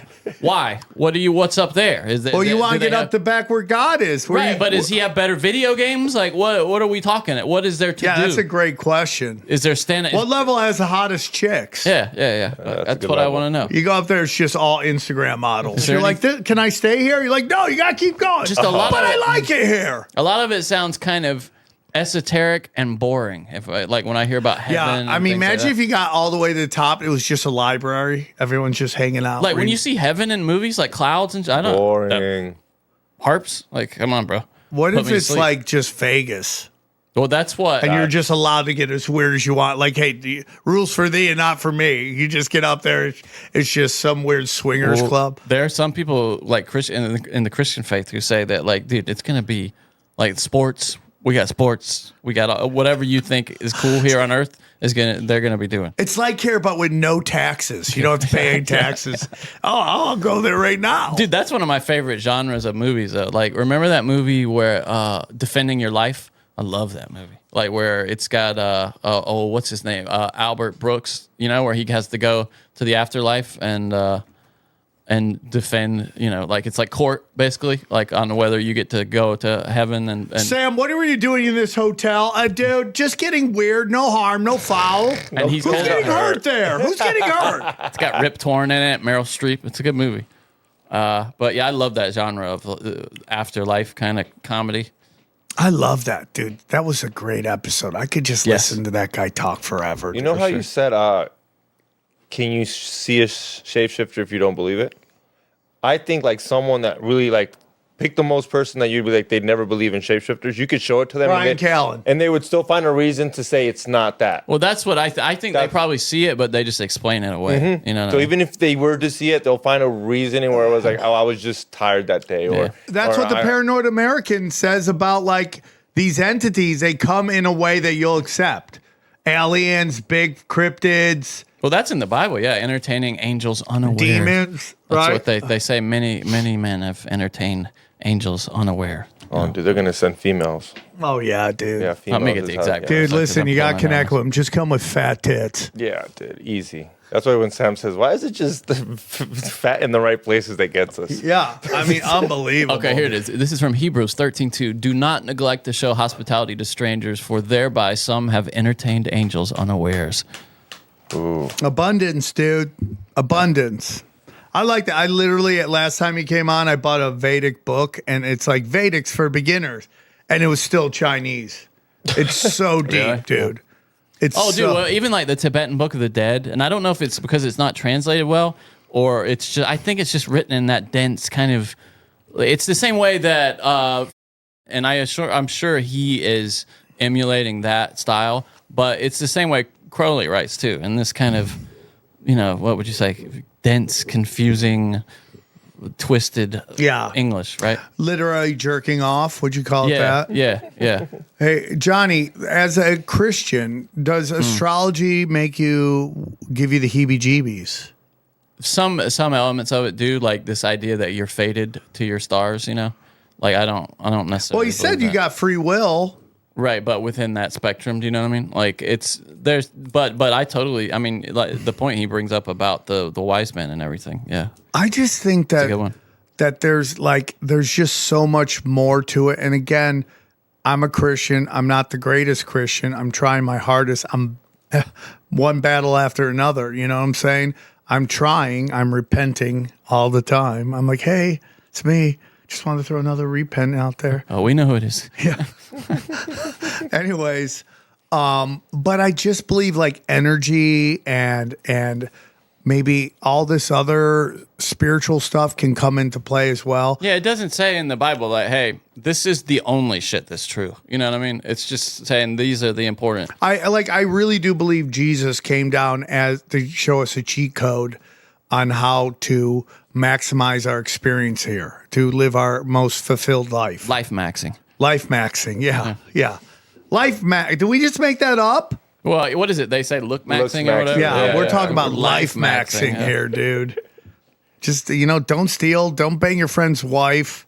It's all good advice. It's all good advice. Yeah. If you take out the stigma from the left of the religious connotations of the word sin, and you took that out and you replaced it with rules to live by. How about do unto others, I mean, the golden rule. I mean, is there one you wouldn't want in there? Is there one that you're like, Johnny, bring up all the sins. Is there one where you'd be like, we could take that? Let's vote on that Well, real the quick. 7 deadly sins aren't in the Bible, really. What are the ones but that you Moses want the brought 10 down? Commandments, right? Yeah, the 10 Commandments. Sorry. So I should be the 10 Commandments. Yeah. The 10 Commandments. And now there are a couple that. Let's vote in and vote out. Oh, we're not voting out. Thank you. Really? I am the Lord thy God. Thou shalt not have strange gods before me, other gods. I agree. Thou shalt not take the name of the Lord thy God in vain. I agree with that, and I'm trying my hardest. I repent every It does time. have some power to it. You feel it when you do it. Yeah, right? when you say, sure, you're like, I'm sorry, God. But I've always felt it had, and maybe it's just how I was raised, but it had like an extra, it was satisfying to say it. Yeah. Which means it's probably. Little Johnny likes a little danger. But you know what I mean? Like the fact that it has there are many sins that have great, like, what would you say? Gratified. Endorphin hits. Yeah. Remember to keep holy the Lord's day. So I don't do that. I got to do that. remember the Sabbath. That's just a day like, hey, man, take a day off. It's good for you. This is some kind of Catholic translation here. Honor thy father and mother, obviously. I honor my parents. Thou shalt not kill. 100%. Okay, yeah. Thou shalt not commit adultery. Yep. Thou shalt not steal. Yes. Thou shalt not bear false witness, lying against thy neighbor. Yes. Thou shalt not covet thy neighbor's wife. Well, that's a tough one. Now, what's the difference between adultery and coveting the wife? Well, it's funny because there's other Bible verses which kind of say that they're equivalent, but adultery is having sex, and then coveting is like lusting after. Oh, then we're gonna take adultery. Yeah, out. I'm failing miserably at that. Having sex. I'm not coveting my friend's wife. Marriage, I mean. Yeah, okay. Again, Guess who didn't get married? So you're done breaking no You sense. got the loophole. I think I imagine premarital, so-called Yeah, I'm premarital just sex. in deep trouble. What if they play back my life and it's just me going the pound town? You get a hard on during your Pre-metal. Why you do pre-metal again and again and again? It's just like a Mr. Tripoli, do you have a hard on? It's like a compilation porno, just Every time. And I'm like, yeah. Yeah, but you're supposed to see it from the girl's perspective, remember? And So she's it's like, just this is the greatest day of my life. It's just going to be your sweaty ass. That's what you're going to see. Oh, you're gonna hear James go. Can you go deeper? Is it in? And then the final one is, thou shalt not covet thy neighbor's goods. So envy, Okay. jealousy. Yeah, those are all great. Yeah. Those are all great. And then the dude. 7 deadly, I believe they come. Okay, where do the 7 deadly sins come from? I think it's just Look how you spell dadly. The seven deadly sins. Deadly sins originated from early Christian monastic traditions, starting with the monk. Ponticus in the 4th century, who listed 8 evil thoughts for ascetics, who were later which were later refined and popularized by Saint John Cassian, and then codified into the modern list by Pope Gregory the First. All right, what are the 7 deadly sins? Oh, you want the 7 deadly? Okay, it's 7 deadly sins. Is that what you put? Yeah. It's gluttony, fornication, greed, sadness, envy. Okay, sadness at another's good fortune, wrath, dejection is one. What is dejection? Apathy, neglect, or indifference rendered elsewhere as dejection, like being bummed out. I don't know, depression. Dude, I'm not feeling good. Sin. Maybe apathy and indifference is how I would read it. Neglect, maybe. Boasting and pride. Pride's gay, right? Yeah. Doing gay shit. Yeah, that can get out. Now, this is how the modern version of that, I guess, is lust, gluttony, greed, sloth, which is just being a lazy, wrath, envy, pride. Dude, Andrew Santino had a funny joke about gay pride. Oh, It's like, what do they have to be prideful for? I'm like, I don't know. They get to hang out with the boys all the time. Occasionally they get to bang their friend in the butt. I mean... So it was a gay. It was a gay green room yesterday. Gay green, dude. Gay. It was a gay bar. Gay bar. All right. Yeah. Go to samtripoli.com. Yeah. You sound really stoked about it. Yeah, I know, dude. It is. We're out of order here. New podcast there. Premium content is fire. Cash days. Talk about it. Number 1 premium content, Conspiracy World. Guarantee it. You'll never get better conspiracy content than what I'm doing. The people I do shows with are pure fire. Johnny, go to Cash Daddies. Talk about the Cash Daddies Patreon. Well, yeah, if you want to get in from the start, now's a good time to start in January. You can follow the portfolio, Howie's portfolio, throughout the year. We were really on our financial game this week, talking about farting in an elevator and techniques for sniffing all the farts up. We really went deep. Do you do that when you fart? You try to sniff it all up before anyone else can? Animal. You never do that? Oh, shit. I tried not to fart. And what? Then you got to hold your breath until they leave? Like, how's that work? No, you just bring it in. Yeah, but then it just comes back out. Yeah, but it gets absorbed. Oh, the farts, the fart smell. Yeah, it's inside me. I'm you good. think you got a nose that good you can just absorb? Dude, look how big this nose is. Yeah, he's had a lot of experience. Have you ever done it and then someone's like, I kind of smell fart, but I remember one time when I farted on a plane, someone goes, "Did somebody shit their pants?" You must have been so proud. I was like, yeah, who just sits there and after they shit their pants? It's funny. That was one of Seth Rogen's jokes in character and Funny People was about how you can just be on an airplane and just his joke was, my asshole's been open this whole time, and you can, dude. Nobody can hear shit. I felt so bad. I'll talk about it on Broken Sin, but I felt so bad. Here, go back to samtripoli.com. Okay, go down. Chaos Twins. I'm gonna call them this week. We're getting this fucking shit done. Yeah, you've been saying that for a while. I know. Man. I've been busy. I've never been busier in my life. This is the craziest 2 weeks of my life. Dude. It's nuts. I think he's not busy, and then I go on YouTube and he's live with doom scrolling live now. I'm like, this fool has a show in a couple hours and ends it right on time, makes it just he's busy. It's crazy going down. And then our affiliates, guys, check them out. Rife Technology, Pat Miletich and his Mineral Kings, Buy Gold and Silver, Wise Wolf, Hydrogen Brown Gas, and Harley Ray. We love them. Chemical Free Body. You just heard Tim James. I'm telling you, I take it every day. EMF rocks. That dirty electricity. Battle that. On or off? On, dude. on, baby. Asking the hard-hitting questions. All this and more at samtripoli.com. Hit that like button. Go check out my podcast, XG Marks the Spot on YouTube. Go check it out, please. Yeah, Broken Simulation. We're about to record another one. It's that is not my camera. Yeah, well, who knows what we'll talk. Probably World War debate. I want to hear all about that. We'll probably talk about me farting on a plane. So anyways, guys, sorry it was all out of order, but enjoy these highlights. Here's a clip from the latest Broken Sim. Now I'm going to show you something that's going to piss you off, especially if you haven't seen it already. But I imagine you did because it got passed everywhere. This Mark Maron is just trying to burn every bridge, I guess. I don't. No, dude. He's calculating what he's doing. He knows exactly what he's doing. Okay. Yeah. Well, maybe. Okay, let's watch it, and then you can explain what his motivation is here. I saw Crack Amico share this first. Here we go. I just didn't think that Offstage. comedy was for the jocks. You know? Yeah. He came in as a kickboxing champion, All right, Rogan. and then the whole fear factor thing. It's just like, to me, and then he co-opted, this idea that he was somehow, representing Hicks, and that bothered me.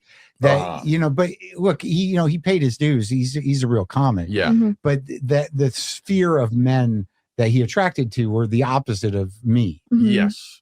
And Yes. I mean, that explains it all. To be you're a child. To be hang out with the bros. My feeling was like, this is not my audience. Yeah. And there's too many of them, and they took over the place. So me performing for bros is not a great matchup. No. Yeah. I'd rather just have tourists. Yeah. Who are like, what are we watching? Imagine saying that. Has anyone ever said that in the history of time? Personality, malignant masculinity that was inhabiting the place. I've been sort of at odds with those people since probably the beginning of time. Yeah, dude, you ran with Sam Kinison. Sort of replicates high school in a lot of ways. Just the archetype of maybe what Rogan represents. Stop it. Yeah, I know these two. They're very nice people at the comedy store. I know, and it's I don't have anything against those guys in a lot of ways.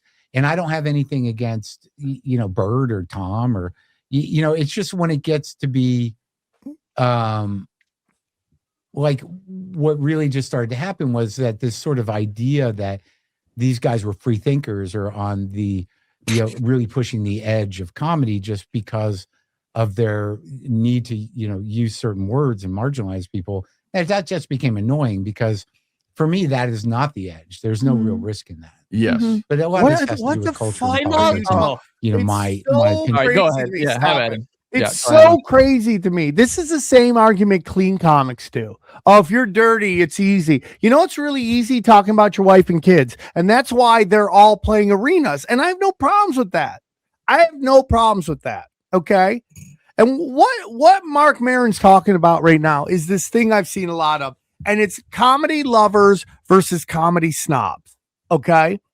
If you look at Joe Rogan's crowd, everybody goes up in front of that crowd and they're all loved.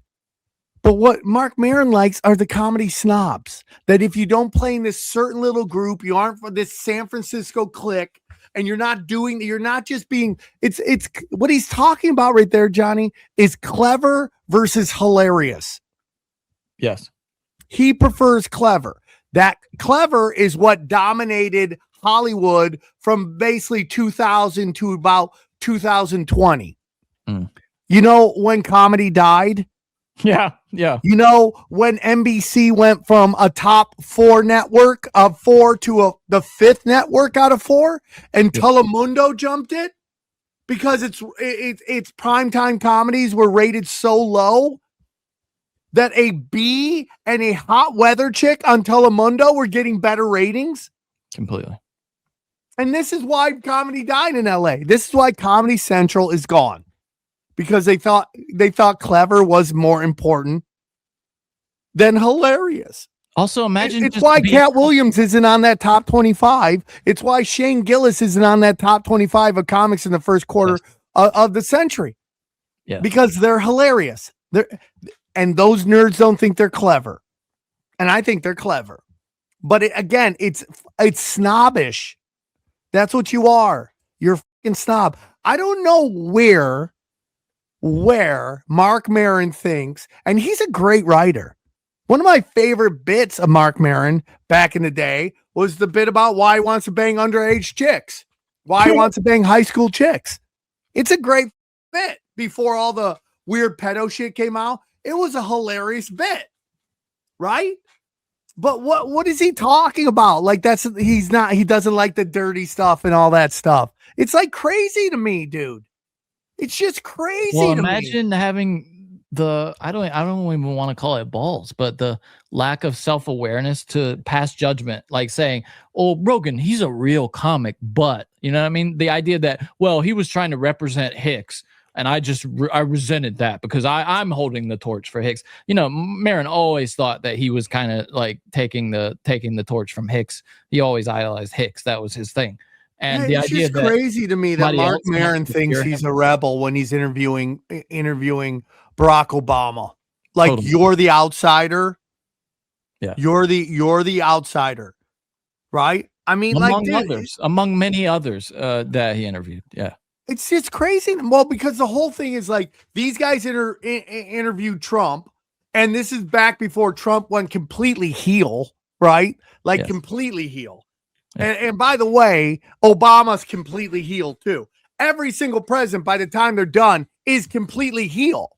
That's how it goes. They romance us, they wine us, they dine us, they try to get down our pants. And then by the time it's the last day of his term, we realize they're lying, evil assholes. Yeah. Every single one of them. Either they turn heel or they don't. Including chocolate Jesus. Okay? Yeah. I mean, like, if you look at, like, if you're one of these stupid people, like 8 years, no scandals, you are an asshole. Are people really saying that? Yeah, you see it all the time. Memes. 8 years, no scandals, bro. You're the dumbest person on planet Earth, and you should not be allowed to vote. It's just this weird shit, you know. And it's like, dude, the door guys are great at the Comedy Store. Like, you're going on door guy. Listen, I was a door guy. I love these guys. I wish them all the success in the fucking world. I love watching door guys work their way in to the lineup.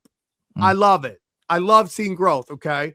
But you're going on a door guy podcast and that's what you're talking about. You're shitting on your peers and you're just angry. And this gets into something I go, when you look at somebody, does it look like they're having fun in life? When people are trying to tell you the most honest way to walk, does it look like they're having fun on their journey? Yeah. Right? Do they do the Antifa people look like they're having a great time? Can't see their faces, Sam, so I'm not entirely sure, but I'm gonna vote no on that. Does it look fun? Do they look happy? Of course not. You know, I'm not saying that every religious person is, you know, just sunshine and blue skies, but at the end of the day, who seems happier? The Mormons seem the happiest, by the way. The Mormons seem really happy, right? It's just crazy to me, dude. This it's just really sad to watch because it just won't end. It just doesn't end. It just keeps going. And he just keeps trying to like wage this war on people that honestly don't care. And I know that Rogan's commented on it. You kind of got to at some point. Has he? What did he say? Did you see it? He's just I don't know if the thing is that Mark Maron is jealous. I just think he's just not happy. Oh, okay. This is I guess Schultz was on there and they talked about it a little bit. Is that right? Well, you know, I'll play this for a second. Yeah. Schultz went on and it's like, listen, I want to say something real quick too. Okay, after you do this, then I'm gonna actually stick up for Andrew Santino and the Legion of Skanks guys. I'm gonna say something real quick. Okay. And then if you'd like to hear the rest of this episode, subscribe to Broken Simulation in your podcasting app or check us out at youtube.com/Sam Tripoli. We go deep, homeboy. Aaron, open your mind. Drink from the fountain of knowledge. There's lizard people everywhere. That's some interdimensional shit. Wake up, Aaron. This is only the beginning. Dude, you just blew my mind. Tinfoil hack.